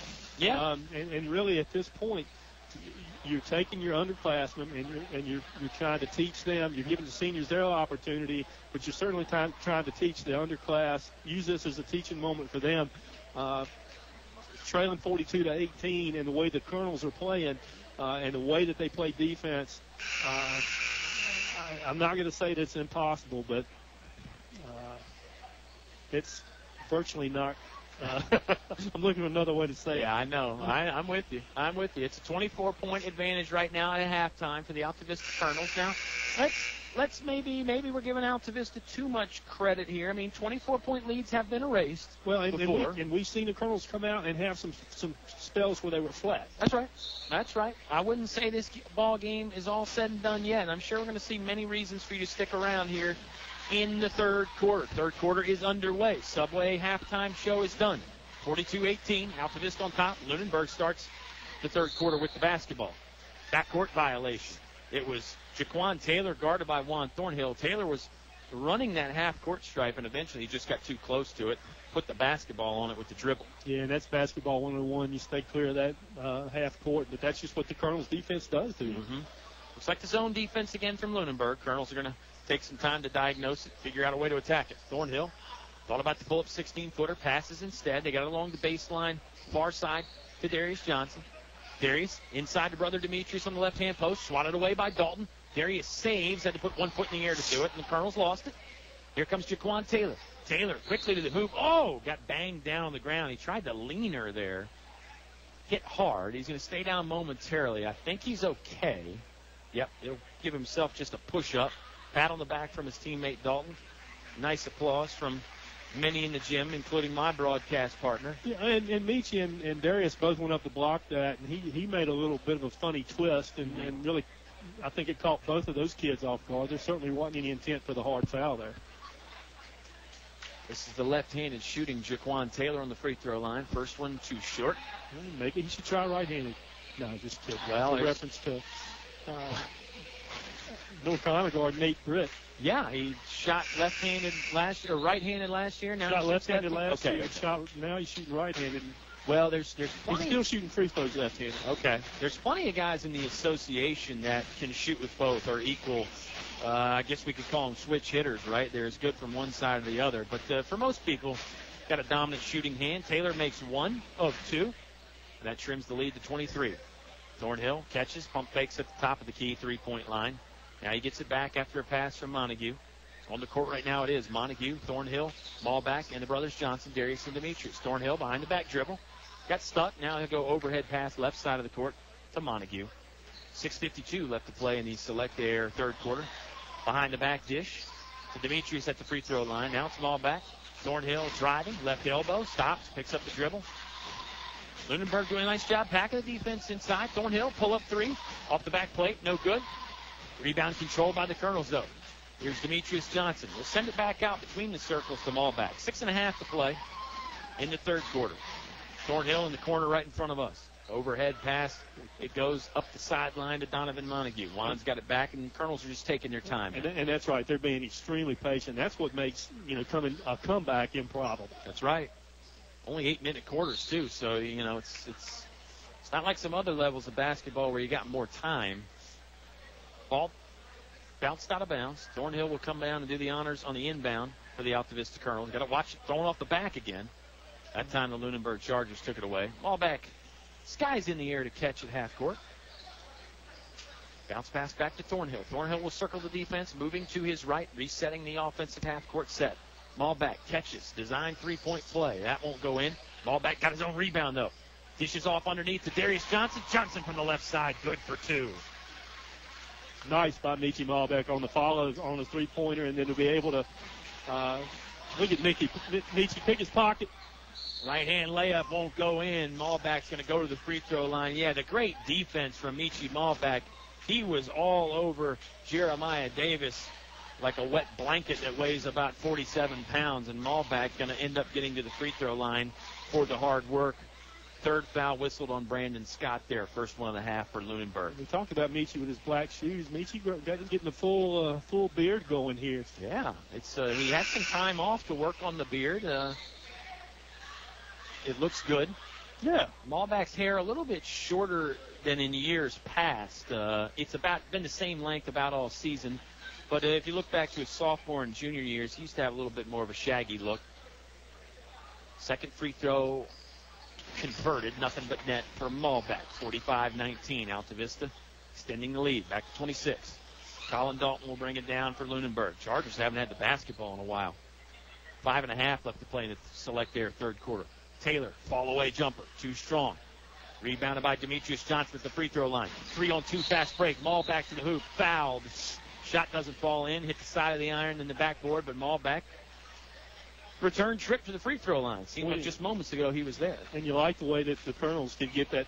It doesn't matter whether it's Demetrius or Darius who can get in the center on that fast break and still distribute the ball like that. Nice job by Demetrius getting the ball over to Michi, who knocks down the first of his two free throws. Yeah, that's textbook fast break offense. Easy for me to say. You get that ball to the middle, got a couple options, one to each side. Pretty tough to stop for a defense that's running back or sometimes backpedaling. Malback cashes both of them. 47-19. Colonels lead extending now. 5:20 left to play in the Select Air third quarter. Demetrius Johnson now with the great defense. Chargers still haven't broken the timeline. Where's the 10-second count? There it is, right there. Great defense. It was Demetrius Johnson for most of it, and then Malback came in to seal the deal there late in that 10-second count. Just suffocating. 47-19. Colonels on top. A field goal here would make it a 30-point lead. Montague catches near sideline, 1 foot in front of it. Malback now middle of the court. Bounces to Demetrius Johnson, free throw line.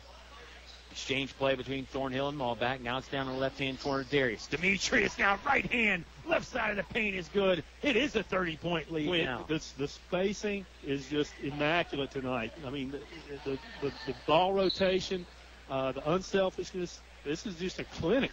Yep. 49-19. Let me repeat that.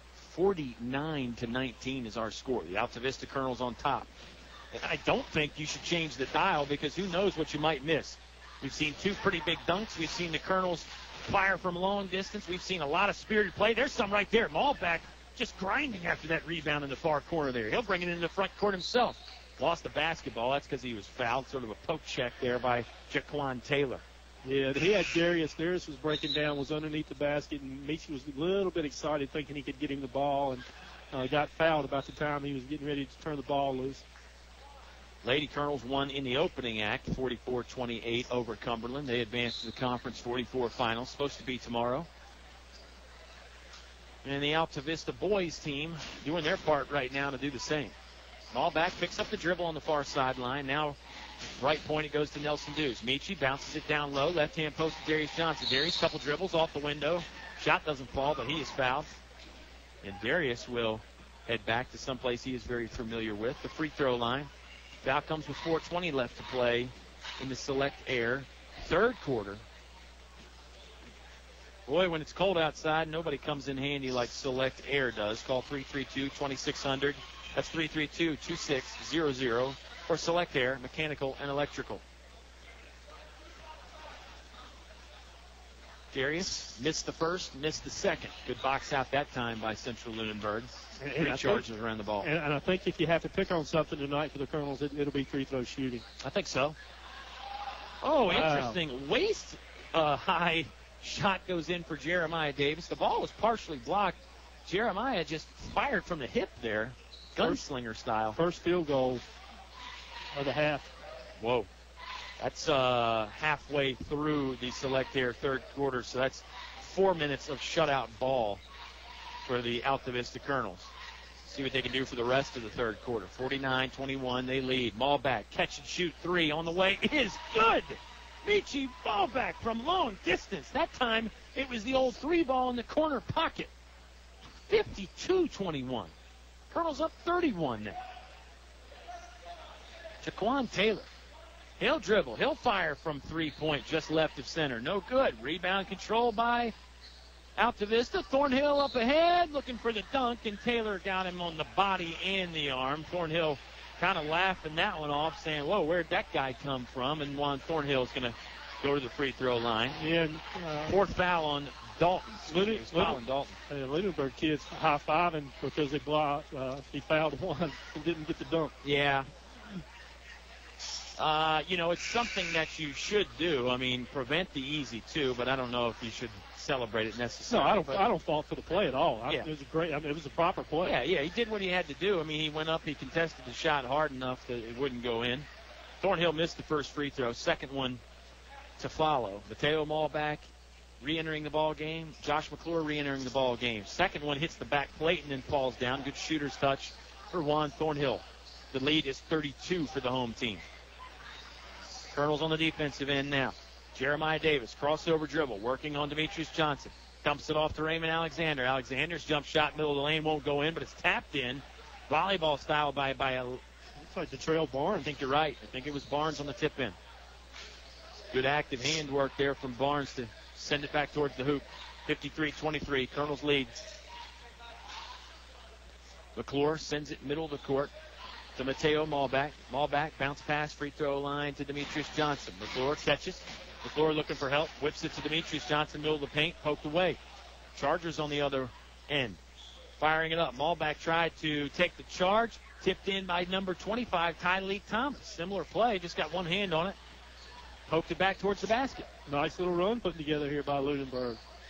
Certainly is. McClure, bounce pass to the left-hand post to Darius. Darius sends it back out. Mateo Malback thought about the pull-up jump shot. Instead, sends it to the corner of Thornhill.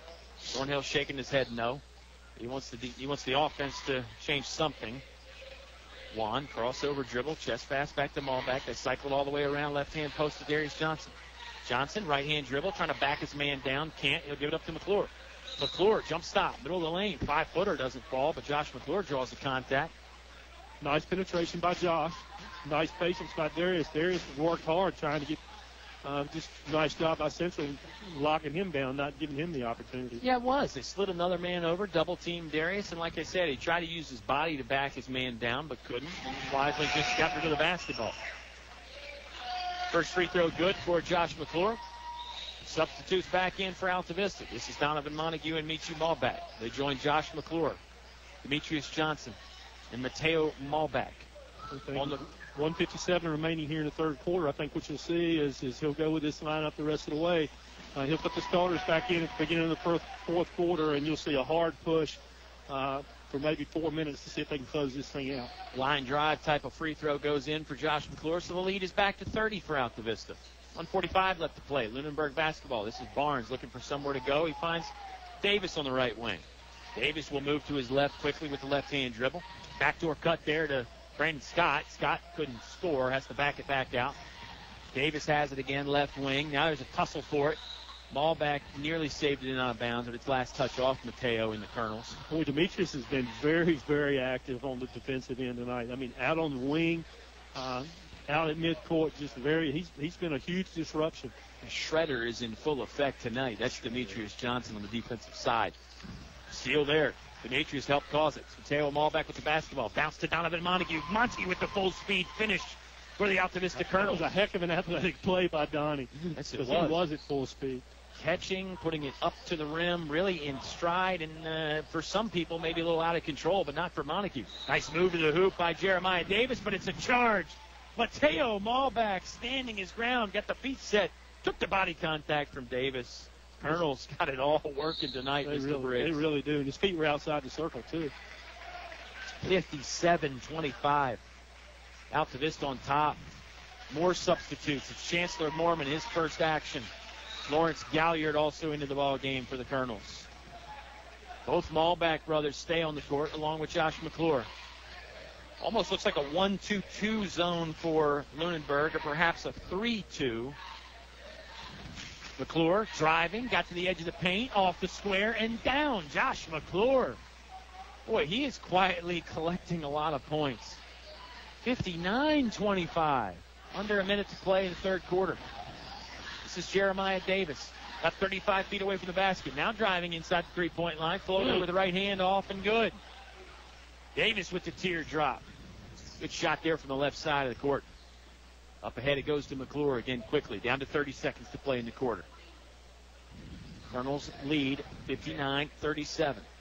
Altavista going to take their time here. Going to reset the offense. Mateo Malbec is jogging slowly to his left. Now he'll work to the right. Off to Galliard. Left wing it goes now to Michi Malbec. Malbec's going to back it out. Left point. Shake and bake move. Malbec to the right elbow. Gives to Chancellor Mormon. We're down to 6 seconds. Mormon off balance. Shot goes in. Line drives it right to the backboard, and it goes down off the glass. Colonels, they've played well, and they've gotten some breaks, too. It's been pretty fun to watch. 61-27. They lead after 3. Fourth quarter on the way when you come back to 105.5 KD Country. My friends call me the perfectionist, but English's Building Supply, my neighborhood Glidden paint dealer, they greet me by name. You see, I like to get things exactly right, especially when it comes to my painting projects. So I'm at English's Building Supply a lot, whether it's mixing the perfect Glidden paint for my project or offering great incentives. They do business just the way I like it, perfectly. English's on North Main Street, Altavista. For more than 103 years, we've offered special banking assistance to many nonprofit. High school sports action on 105.5 KD Country. 61-27. The Altavista Colonel lead is intact and probably growing a bit. Yeah, it is growing, and I'm going to give a shout out to Surfside, to Cindy, Baker, and Elizabeth, and thinking about you guys in my thoughts and prayers, and see you guys soon, and we'll handle what we have to handle. Yeah, and they're big basketball fans down there in Surfside, I know. So definitely keep an eye and an ear on those guys down there. And, again, we welcome any and all shout-outs. Get in touch with us via Facebook. Call us, email us, info@kdcountry.com. Motion offense for the Altavista Colonels to start the fourth quarter. It's a man-to-man defense for Central-Lunenburg. McClure's back out there. Going to call him for an offensive charge. Josh can't believe it. And give credit to Tyleek Thomas, number 25, for taking the charge and getting the feet set for Lunenburg. Yeah, and he was set, and a player came in from behind Josh and block shot at the same time, and Josh thought that maybe he might have been pushed in, but they got that call right. Again, officials, much like in the girls' game, doing an outstanding job. This is a good crew here tonight. They've worked hard. I think they've got almost all of them right. Floater up to the square again, won't fall down. Galliard with the rebound for Altavista. Lunenburg loves that floater. And, boy, I'll tell you, against Altavista's defense, that running, floating jump shot might be your best opportunity, so I can't fault them there. Thornhill with the right-handed jam. He was a little too far away and missed it. Rebound by McClure, sticks it off the window and in for two. Juan Thornhill rarely out of reach from the basket, but that time he was. McClure, Johnny on the spot, just grabbed it and stuck it back in. Here's a steal. Juan's going to back it out. Interesting move. Juan might have had a look at the bucket from an angle, but he decided, let's just pull it back out and run some time off. He had a couple of players that might have had an angle on him, and that was discretion, the better part of valor there. I like the play by Juan. Yeah, maybe thinking about that dunk attempt prior to the last one where he got banged pretty hard. Thornhill catches now, right side of the paint. Off balance, right-hander won't fall down. And it's Lawrence Galliard, going to commit the over-the-back, on-the-back foul. Alexander had good position there for Central-Lunenburg. And Galliard just not really in a spot to make the play, and they whistle him for the foul. 63-27, Altavista on top. 6:35 left to play in the Select Air fourth quarter. Lady Colonels won in the opening contest, 44-28. They advanced to the Conference 44 finals, and they also advanced to Region East Region play, however you want to phrase it. Long rebound collected by Josh McClure on the jumper. Malbeck, bullet pass with the right hand to a streaking Nelson Dews, who made the backdoor cut. And Nelson Dews with 2 points from the left side of the lane. What a look from Malbeck. Yeah, so Les, you think the cupboard there at the end of this year for the Colonels? You're right. Plenty of young guys that can play. A young guy that can play for Lunenburg is Myquan Bland. Just scored the three-pointer there from the left wing. Good shot by Bland. His game, anything but. Sorry, I couldn't resist. 35-point lead for Altavista. Malbeck holds it over his head. That's Mateo Malbeck. Now goes left wing to Nelson Dews. Gets it back to Mateo. 5:40 left to play. Pass batted around. And Lunenburg will race out of there with it. Far sideline. Chargers working right to left in their road purple unis. They get it. Low block. Alexander. Hook shot won't fall from the right side. Malbeck got the rebound, but he lost it. And now it's Barnes that lost it for Central-Lunenburg. Yeah, I may have been wrong. We may have seen the last of that Colonel starter group. You may and they are. Daquan Poindexter getting ready to come in. We may, may have seen the last of them. Yeah, 3 quarters may be enough. Thornhill started the fourth quarter, but he is on the bench now. Let's reset the personnel out there right now for you. It's Josh McClure, Mateo Malbeck, Chancellor Mormon, Lawrence Galliard, and Daquan Poindexter. Chargers counter with Myquan Bland, Brandon Scott, Tyleek Thomas, Colin Dalton, and Taylor Atkins. Mormon's got some work to do, or he might get talked junk to tonight when he gets home. Yeah, Chancellor Mormon, a sophomore on the boys basketball team. His sister Addison Mormon, a freshman on the Lady Colonels basketball team. Good performance tonight from Addison Mormon. 10. We've mentioned the Mormon family a bunch, Oscar, because their mother loves to listen to us. She goes to most girls' games, so she'll take us along for the ride so she can hear what the guys are doing. Lawrence Galliard catches right wing. Shot won't go. McClure there for the follow and the putback. Josh McClure, right place, right time, seemingly all the time tonight. That's 8 points in the second half for Josh. Nice job by the sophomore, Josh McClure. 67-30.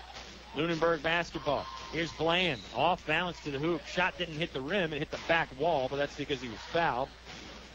He'll go to the free throw strike. One more point about the Mormon family that I might add, Oscar. I was talking to Chancellor, I guess it was 2 weeks ago, maybe before the one of the Rustburg games. Kevin Mormon is a cousin of Chancellor and Addison Mormon, so there is a relation. And if you don't know Kevin Mormon, one of those members of the 1,000-point scoring club here at Altavista High School. He was a very good player in the late 80s, early 90s for Altavista. Jordan Witcher in the game replacing Josh McClure, and Josh has had a very, very good ball game. What a night for Josh McClure. Blue Collar McClure. I think that nickname is going to stick. He works hard out there on every aspect of the game. Free throw converted for Lunenburg. This is Altavista basketball now. Poindexter overhead pass, middle of the court to Mateo Malbeck. He's going to back it out towards half court. Mormon has it now, a full 40 feet away from the bucket. Over to McClure, now to Poindexter in front of the Colonel's bench left wing. Halfway through the Select Air fourth quarter, 67-31, Colonel's lead. Malbeck, off-balance shot, didn't really get off the ground. Galliard there for the rebound and the stick back. Galliard from the edge of the right paint. 69-31 Colonel's lead. And we both like Galliard. Yeah, he's got to put a little bit more weight on and get a little bit stronger. Mormon in a hurry on the steal, won't fall. Poindexter's second chance won't fall. Mateo Malback will make the third one work out. 5 Colonels around the hoop there to follow up the missed shot. And that's Mateo's first bucket of the night. 3 ball, too strong. It was an NBA range 3 from Jeremiah Davis. And Mateo's had a nice game tonight. He has. He's played a lot of minutes off that bench for the Colonels. Nice job defensively. He's hit the boards. Had several assists. I've always said he does a lot of the same things his brother Michi does. He's about an inch or two taller than Michi as well. Oh, Colonels almost threw that one away. Daquan Poindexter recovers. Now, they don't lose that one. Jordan Witcher catches. Free throw line to Galliard. Galliard 2 steps to the hoop. He's fouled in the act of shooting. He's going to go to the free throw line now. Oscar, it's a 40-point lead for the Altavista Colonels. 71-31. 40-point lead for Altavista. They've had some 40-point leads this year. I'm thinking back to that first game against William Campbell, but to bust out a 40-point advantage in high school basketball is tough. It's very tough. Yeah, and to make it even more impressive is that it was 15-11 at the end of the first quarter. Yeah. I mean, it was only a 4-point game. Yep.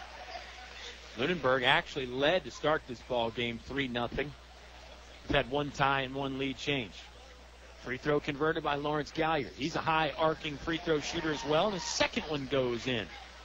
73-31, Altavista on top. Can they stretch this to a 50-point lead? Jaquan Taylor, wide open three-pointer, no good. Somebody lost the assignment on defense. Shot wouldn't fall in. We've gone deep into the bench, and some of those JV players that we talked about earlier, they're in the game now. Yep. It's Traquan Farmer out there, along with Tristan Markins and Devontae Mendez. Inbound play. Galliard swatted it away. Got to get back up and play defense. Can't get there in a hurry. That's Isaiah Webb right in front of the dish for 2 points. His first points of the game. Webb checking in for his first minutes of the game that I can think of, and gets the bucket early. Skip pass. They got Markins in the corner. He fires for 3, rattles around, won't fall, out of bounds. Last touch off the Colonels. Nice looking stroke by Markins, too. That ball was almost in. Some junior varsity call-ups in the ball game now. They had another successful season. Taylor driving, off-balance left-handed shot. Doesn't come anywhere near the bucket, but he is fouled in the act of shooting. Somebody got him around the chest with the body contact, and it was number 34, Traquan Farmer. Of course, you and I remember Farmer from football season. Traquan was a very valuable part of that Colonel's team, particularly on the special teams end. I mean, it seemed like every other play on those kickoffs, Farmer was one of the first ones down there. Yeah, he was. 73-34, Colonel's lead. Second free throw good by Jaquan Taylor. Taylor is a senior guard for Central-Lunenburg, and it looks as though, unfortunately for him, he's played his last basketball game in his high school career. 2-minute warning now. 73-35, Colonel's lead. This is Mendez dribbling, lost the basketball, trying to get it back. Scramble for it. Daquan Poindexter ends up with it, far sideline for the Colonels. Back to Mendez. Mendez will bring it in the front court. Off left-hand corner to Markins. Now it's back to Poindexter. Poindexter all alone. Thought about a 3. Passes instead to Galliard underneath. Galliard got behind the backboard. Bad angle, but he's fouled in the shot attempt. Yeah, Galliard's got to gain some upper body strength. He's still too easily moved around down low. But I'm sure that the coaching staff will work on that over the summer with him. Oh, yeah. Galliard, just a freshman. Only freshman on the roster for the Altavista Colonels. Nice free throw stroke. Yep, goes in. 3 out of 3. 74-35. Galliard can make the second one to bounce it back up to a 40-point lead again. It's on the way. Off the back iron, no good. Maybe we jinxed him. Wow. Webb and Farmer dashing forward over there in the Colonel's bench. I don't know how much dashing was going on. Good point. Webb is a bigger guy. His full speed probably not what Traquan Farmer's is, but basketball off of Farmer. Webb and Farmer ended up in the lap of Thornhill and Malbeck, and they're sharing a laugh about it. Some of the fans starting to file out. Three-pointer on the way from Lunenburg. Too strong. High rebound collected by Lawrence Galliard. Galliard hit the deck. I think they're going to call that just a straight-up traveling foul. Yeah, you're caught and went to the ground. The obligatory rule change that they made several years ago that if you fall to the ground, they call it traveling. You don't see it called all the time. Yeah. Like you did several years ago when they implemented that rule, but certainly is still in play. Step back three for Myquan Bland, no good, and Poindexter got a hand on it for Altavista but couldn't corral it. Lunenburg will inbound, baseline underneath their scoring basket, left side. They throw it into number 14, that's Colin Dalton. Dalton handoff play to Taylor. Taylor's going to back it out. He's about 35 feet away from the hoop. Closer to the sideline, and he is the three-point line there on the left wing. Now he'll dish it in the corner to Dalton. Dalton driving right hand, use the left to get some space. Back to Taylor. 60 seconds to play. Taylor, pull-up jump shot. Too strong. Rebound is loosed and now recovered by Tristan Markins. Markins had to battle for it momentarily. 39-point advantage for Altavista. 50 seconds left to play. Poindexter to the hoop. Right hand finish with some spin in the English there. Nice play there by Daquan Poindexter. 40 seconds left. Taylor jumped over the defense for the shot attempt. Won't go down.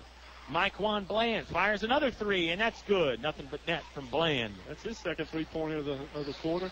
30 seconds remaining here. Colonels inbound the ball. This is Mendez bringing it up far sideline. Mostly reserves in for the Altavista Colonels right now. But you're going to be hearing these names a whole lot in the future. On the court right now for the Colonels, it is Devontae Mendez. He'll toe the free throw line there after the foul. Tristan Markins, Traquan Farmer, Daquan Poindexter, and Lawrence Galliard. 4 sophomores and 1 freshman. 24 seconds left to play. And the Colonels have doubled up. Nice shot by Devontae. He knocks down the first 2 free throws. 77-38. Love to see the Colonels get that 80-point barrier broken, but not that it really means anything. Something for us to talk about. Second free throw, front of the iron, no good. 77-38. Bland, pull up 3 again. Too strong, back iron, recovered at the right post by Traquan Farmer. Colonels were looking to get out and run. I think they want to break the 80-point barrier.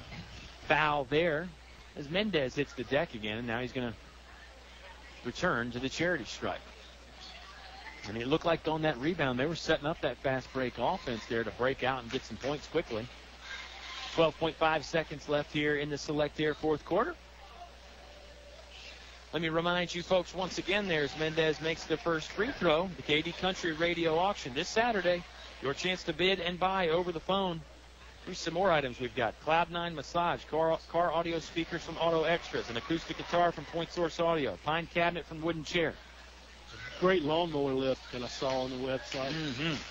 Namath Rapid Cooker Grill.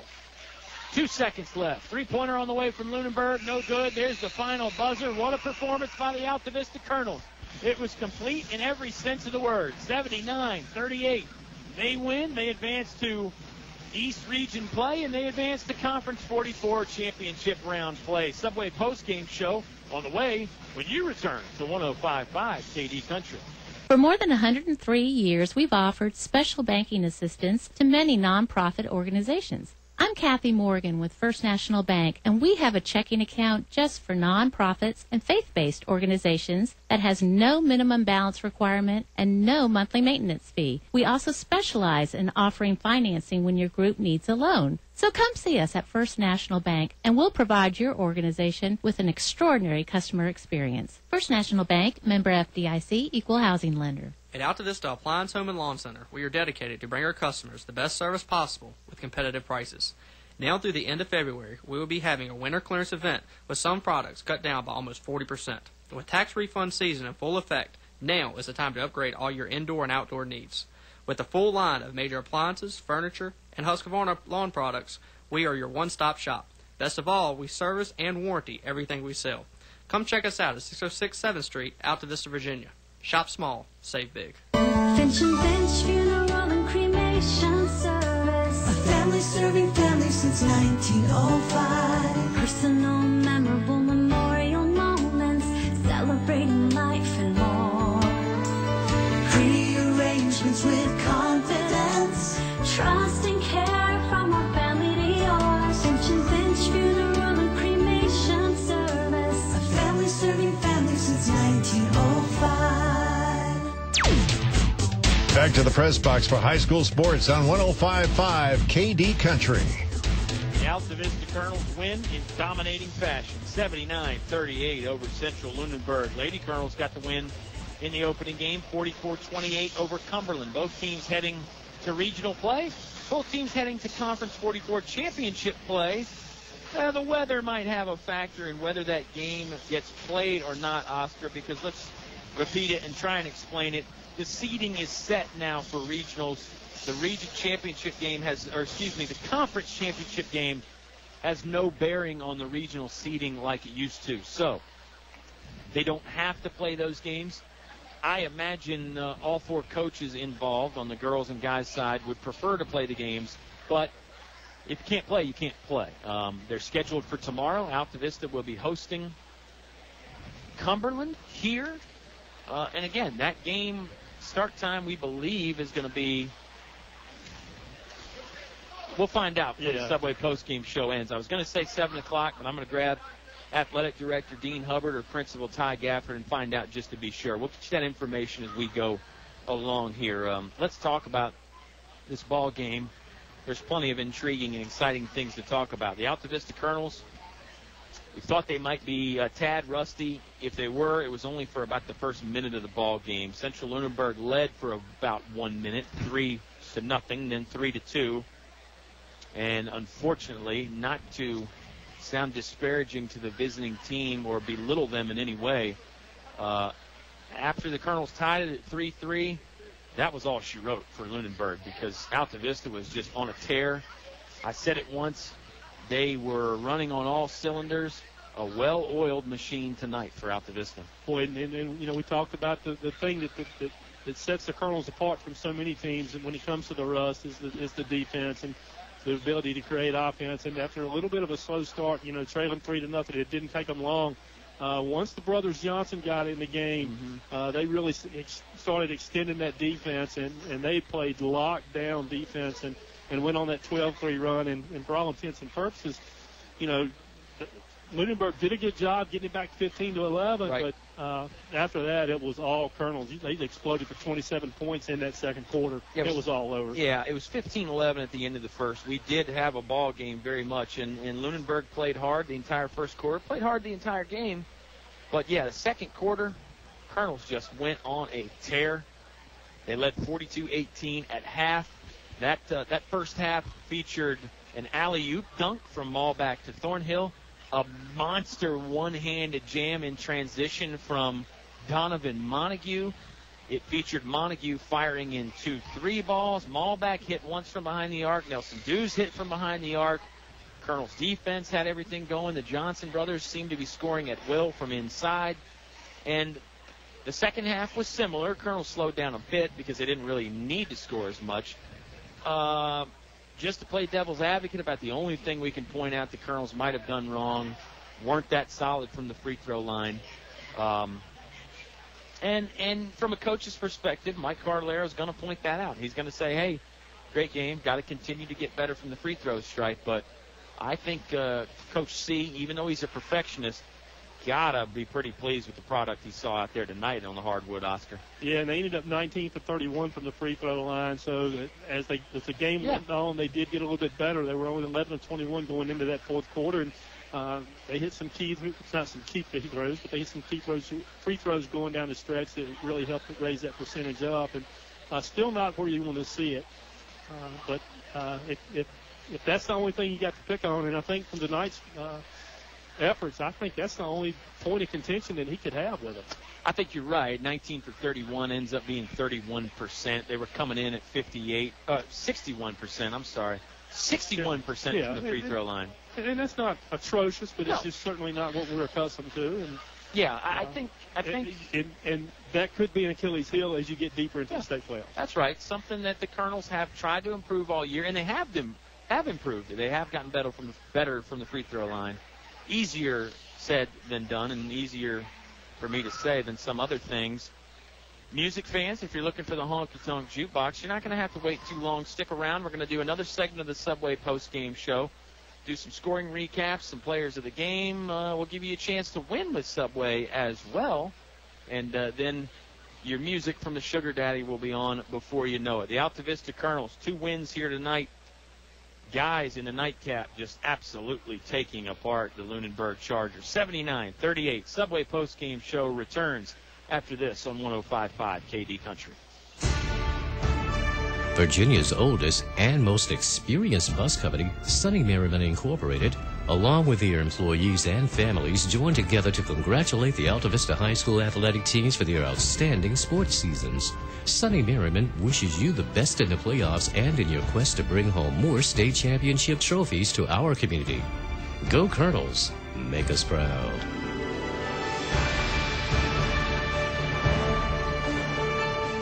Some people have never tried food at a Mexican restaurant, so we asked Chad Shelton from Shelton's Plumbing and Heating about his experience. I wasn't so sure what the green stuff was, but they slipped some on my plate one day, and now I won't have a meal without guacamole. Still can't spell it. At El Cazador Mexican Restaurant, if you have questions, they give you the answers in English. Mexican and American foods, affordable prices, and fast service.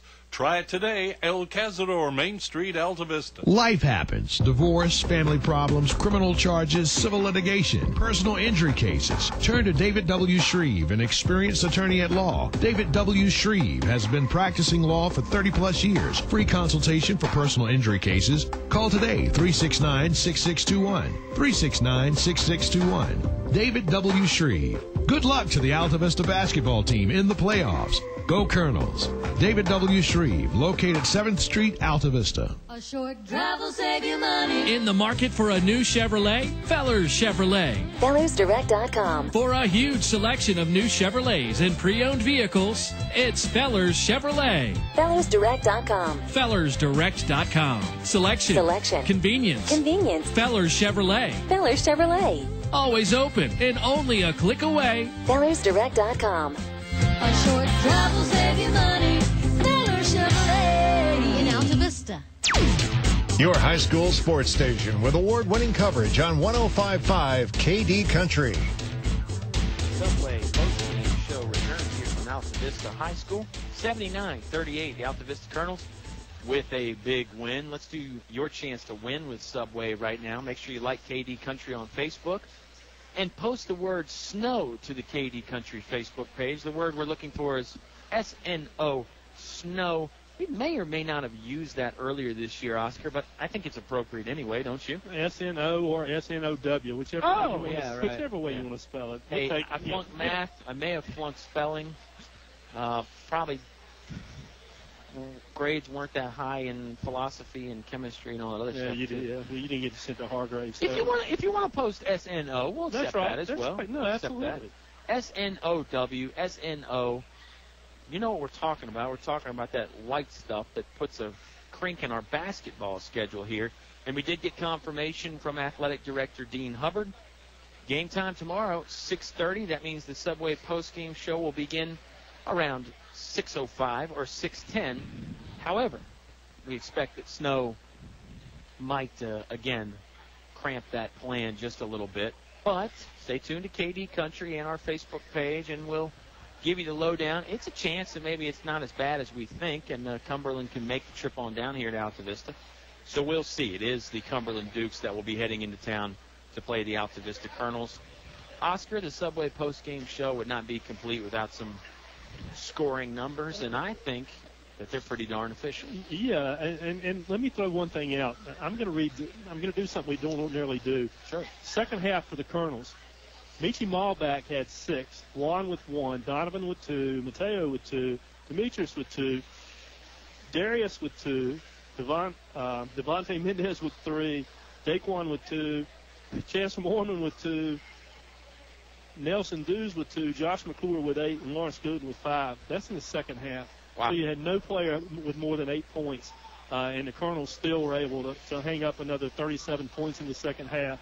Just how much balance there was. Now, for the entire game for the Colonels, first, Michi Malbach with 12, Juan Thornhill with 9, Donovan Montague with 10, Mateo Malbach with 2, Demetrius Johnson with 11, Darius with 8, Devontae Mendez with 3, Daquan Poindexter with 2, Chancellor Mormon with 2, Nelson Dews with 5, Josh McClure with 10, and Lawrence Galliard with 5.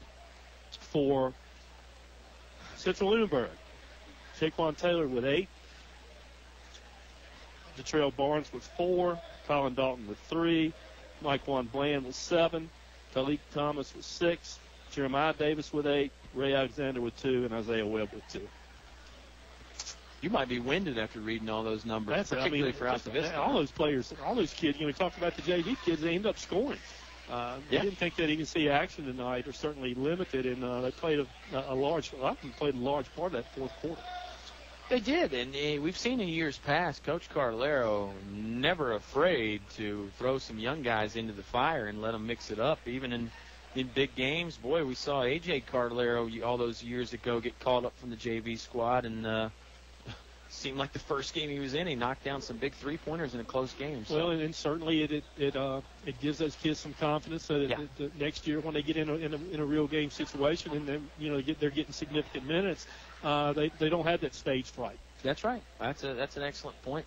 It is playoff basketball. It's the drive for 5, talking about 5 rings for the Altavista Colonels and the chance to get a three-peat. This is the playoffs, and we're enjoying it. This is the Subway post-game show. You heard the post-game scoring. That means it's time for me to remind you once again about the KD Country Radio auction on Saturday. So many great items. Check out the complete list at our website, kdcountry.com. You can go to our Facebook. Plenty of pictures, videos, things to see. There's something for everybody, including these two broadcasters. We're going to have a great time. Let's turn it over now to the Chris Owen Good Hands Award Player of the Game. And, boy, when you get all this snow and all this other stuff going on, Oscar, it's never a bad time to think about your insurance options. So let Chris Owen give you a quote. And Player of the Game first for the Chargers. I liked the senior, Jaquan Taylor, the point guard. He was sort of a spark plug out there, moved quickly, bounced around, facilitated, shot, loved the floater. He's a senior and probably – I think, worthy of the Player of the Game tonight. Yeah, he took a hard fall and ended up with his wrist taped. I hate to do this because this is the third pick in third. I'm going to concur. I agree. All right, on the other side for the Colonels, now it gets incredibly tough. Boy, it gets dicey. They're hanging out right here in front of us. Maybe we should probably grab our pick for Player of the Game. I'll tell you, I'm going to go first. Everybody played great, make no mistake about it. But the things that number 3, senior Donovan Montague, did in that first half to provide the spark, there was the big jam that got the crowd just absolutely on its feet. There was the 2 3-pointers. There was the defense, the block shots, the rebounding, the total package. Donovan Montague, my pick for Player of the Game tonight so far. And Oscar Briggs going to get some consultation. It's a free confrontation, at least in it there. Head of the Colonel Club. Head of the Colonel Club. Always likes to get a word in and help us out a little bit. Boy, Donovan was big, getting that kick start too. Your pick. I'm torn, and I can tell you're torn. I really am. And beads of sweat rolling down this man's forehead. I'm going with a combo pick. I love it. Just don't take like everybody. Limit it to like the rest of the seniors. Right. No, it's a 2-man, and it's Michi Malbeck and Demetrius Johnson. I think both of those kids, with what they did defensively early in the game and certainly early in that second quarter, Michi got on target with the threes. Demetrius took his power game underneath. For me, those two kids were instrumental in getting that lead stretched out in that big 27-point second quarter. Yeah, I dig that pick. I mean, the Colonels' defense, it seemed like it was led by Demetrius and Michi. So that's a nice call there. They're just animals out front on any guy that attempts to be a point guard for the other team. You're going to have to deal with probably Michi Malbeck or Demetrius Johnson, and you're in for a long night, that's for sure. We had a fun night. 2 games of basketball. What a way to get back in and shake the rust off. We might need to still do some more shaking, but still. Right. This is also coming from the guy that spelled a 4-letter word wrong. It's not a dirty 4-letter word. It's S-N-O-W, snow. That's how that word is spelled. But hopefully we got a winner on Win with Subway. Everybody's a winner. That's a high bidder anyway on the KD Country Instant Auction. Tune in, 9 a.m. all day Saturday. I mention that because we may not talk to you again as far as basketball goes. Hey, and you'll have the auctions, rain or shine, snow, oh yeah, come whatever. on, man, come on. Weather doesn't slow that down. No, Trust me. it's a, you know, really, if you're snowed in, there's not a better way to spend your time. No kidding. I can't think of many better ways. We have fun, we keep it lively, and there's, again, a lot of great deals to be had. Shout out to our sound engineer, Eleanor Haney, once again. All-star stuff, as always. And, of course, we would not be here if it wasn't for the generous support from the First National Bank, focused on providing an extraordinary customer experience. El Cazador, a great place for family and friends to dine. You can throw Oscar and I in that category there. English is your complete home center and your Atrium vinyl window dealer. David Shreve, attorney at law. When life happens, call David W. Shreve. Select Air, Mechanical, and Electrical. They're your authorized train dealer, and it's hard to stop a train. Finch & Finch Funeral and Cremation Services, a family serving families since 1905. Altavista Appliance. Visit them at their new location on 7th Street in Altavista. Feller Chevrolet, a short drive will save you money. Tune in for the YouTube rebroadcast of this one to hear some exciting stuff, all courtesy of Feller's Chevrolet. Sonny Merriman, Virginia's premier bus company. English Construction, wishing our high school athletes an exciting and injury-free game. Live internet broadcast at kdcountry.com or with the TuneIn app is brought to you by Chris Owen, your Allstate agent in Lynchburg. And this, of course, is the Subway post-game show. MySubwayCard.com is where you need to go to get your rewards. The Simple Six menu from Subway. Everything at Subway is great. Only wrong move is not going. That's what Bob Alvis says, and he's absolutely right about that.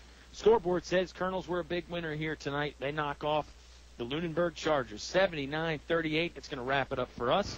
For Oscar Briggs, I'm Kyle Haney. Stay tuned to our airwaves to find out when the next basketball is scheduled for tomorrow night. Subway pregame show will be on around 6:05 here from Altavista High School. If you can't make it out to the game, tune in on the radio. We'll talk to you. Once again, Honky Tonk Jukebox on right after this on 105.5 KD Country.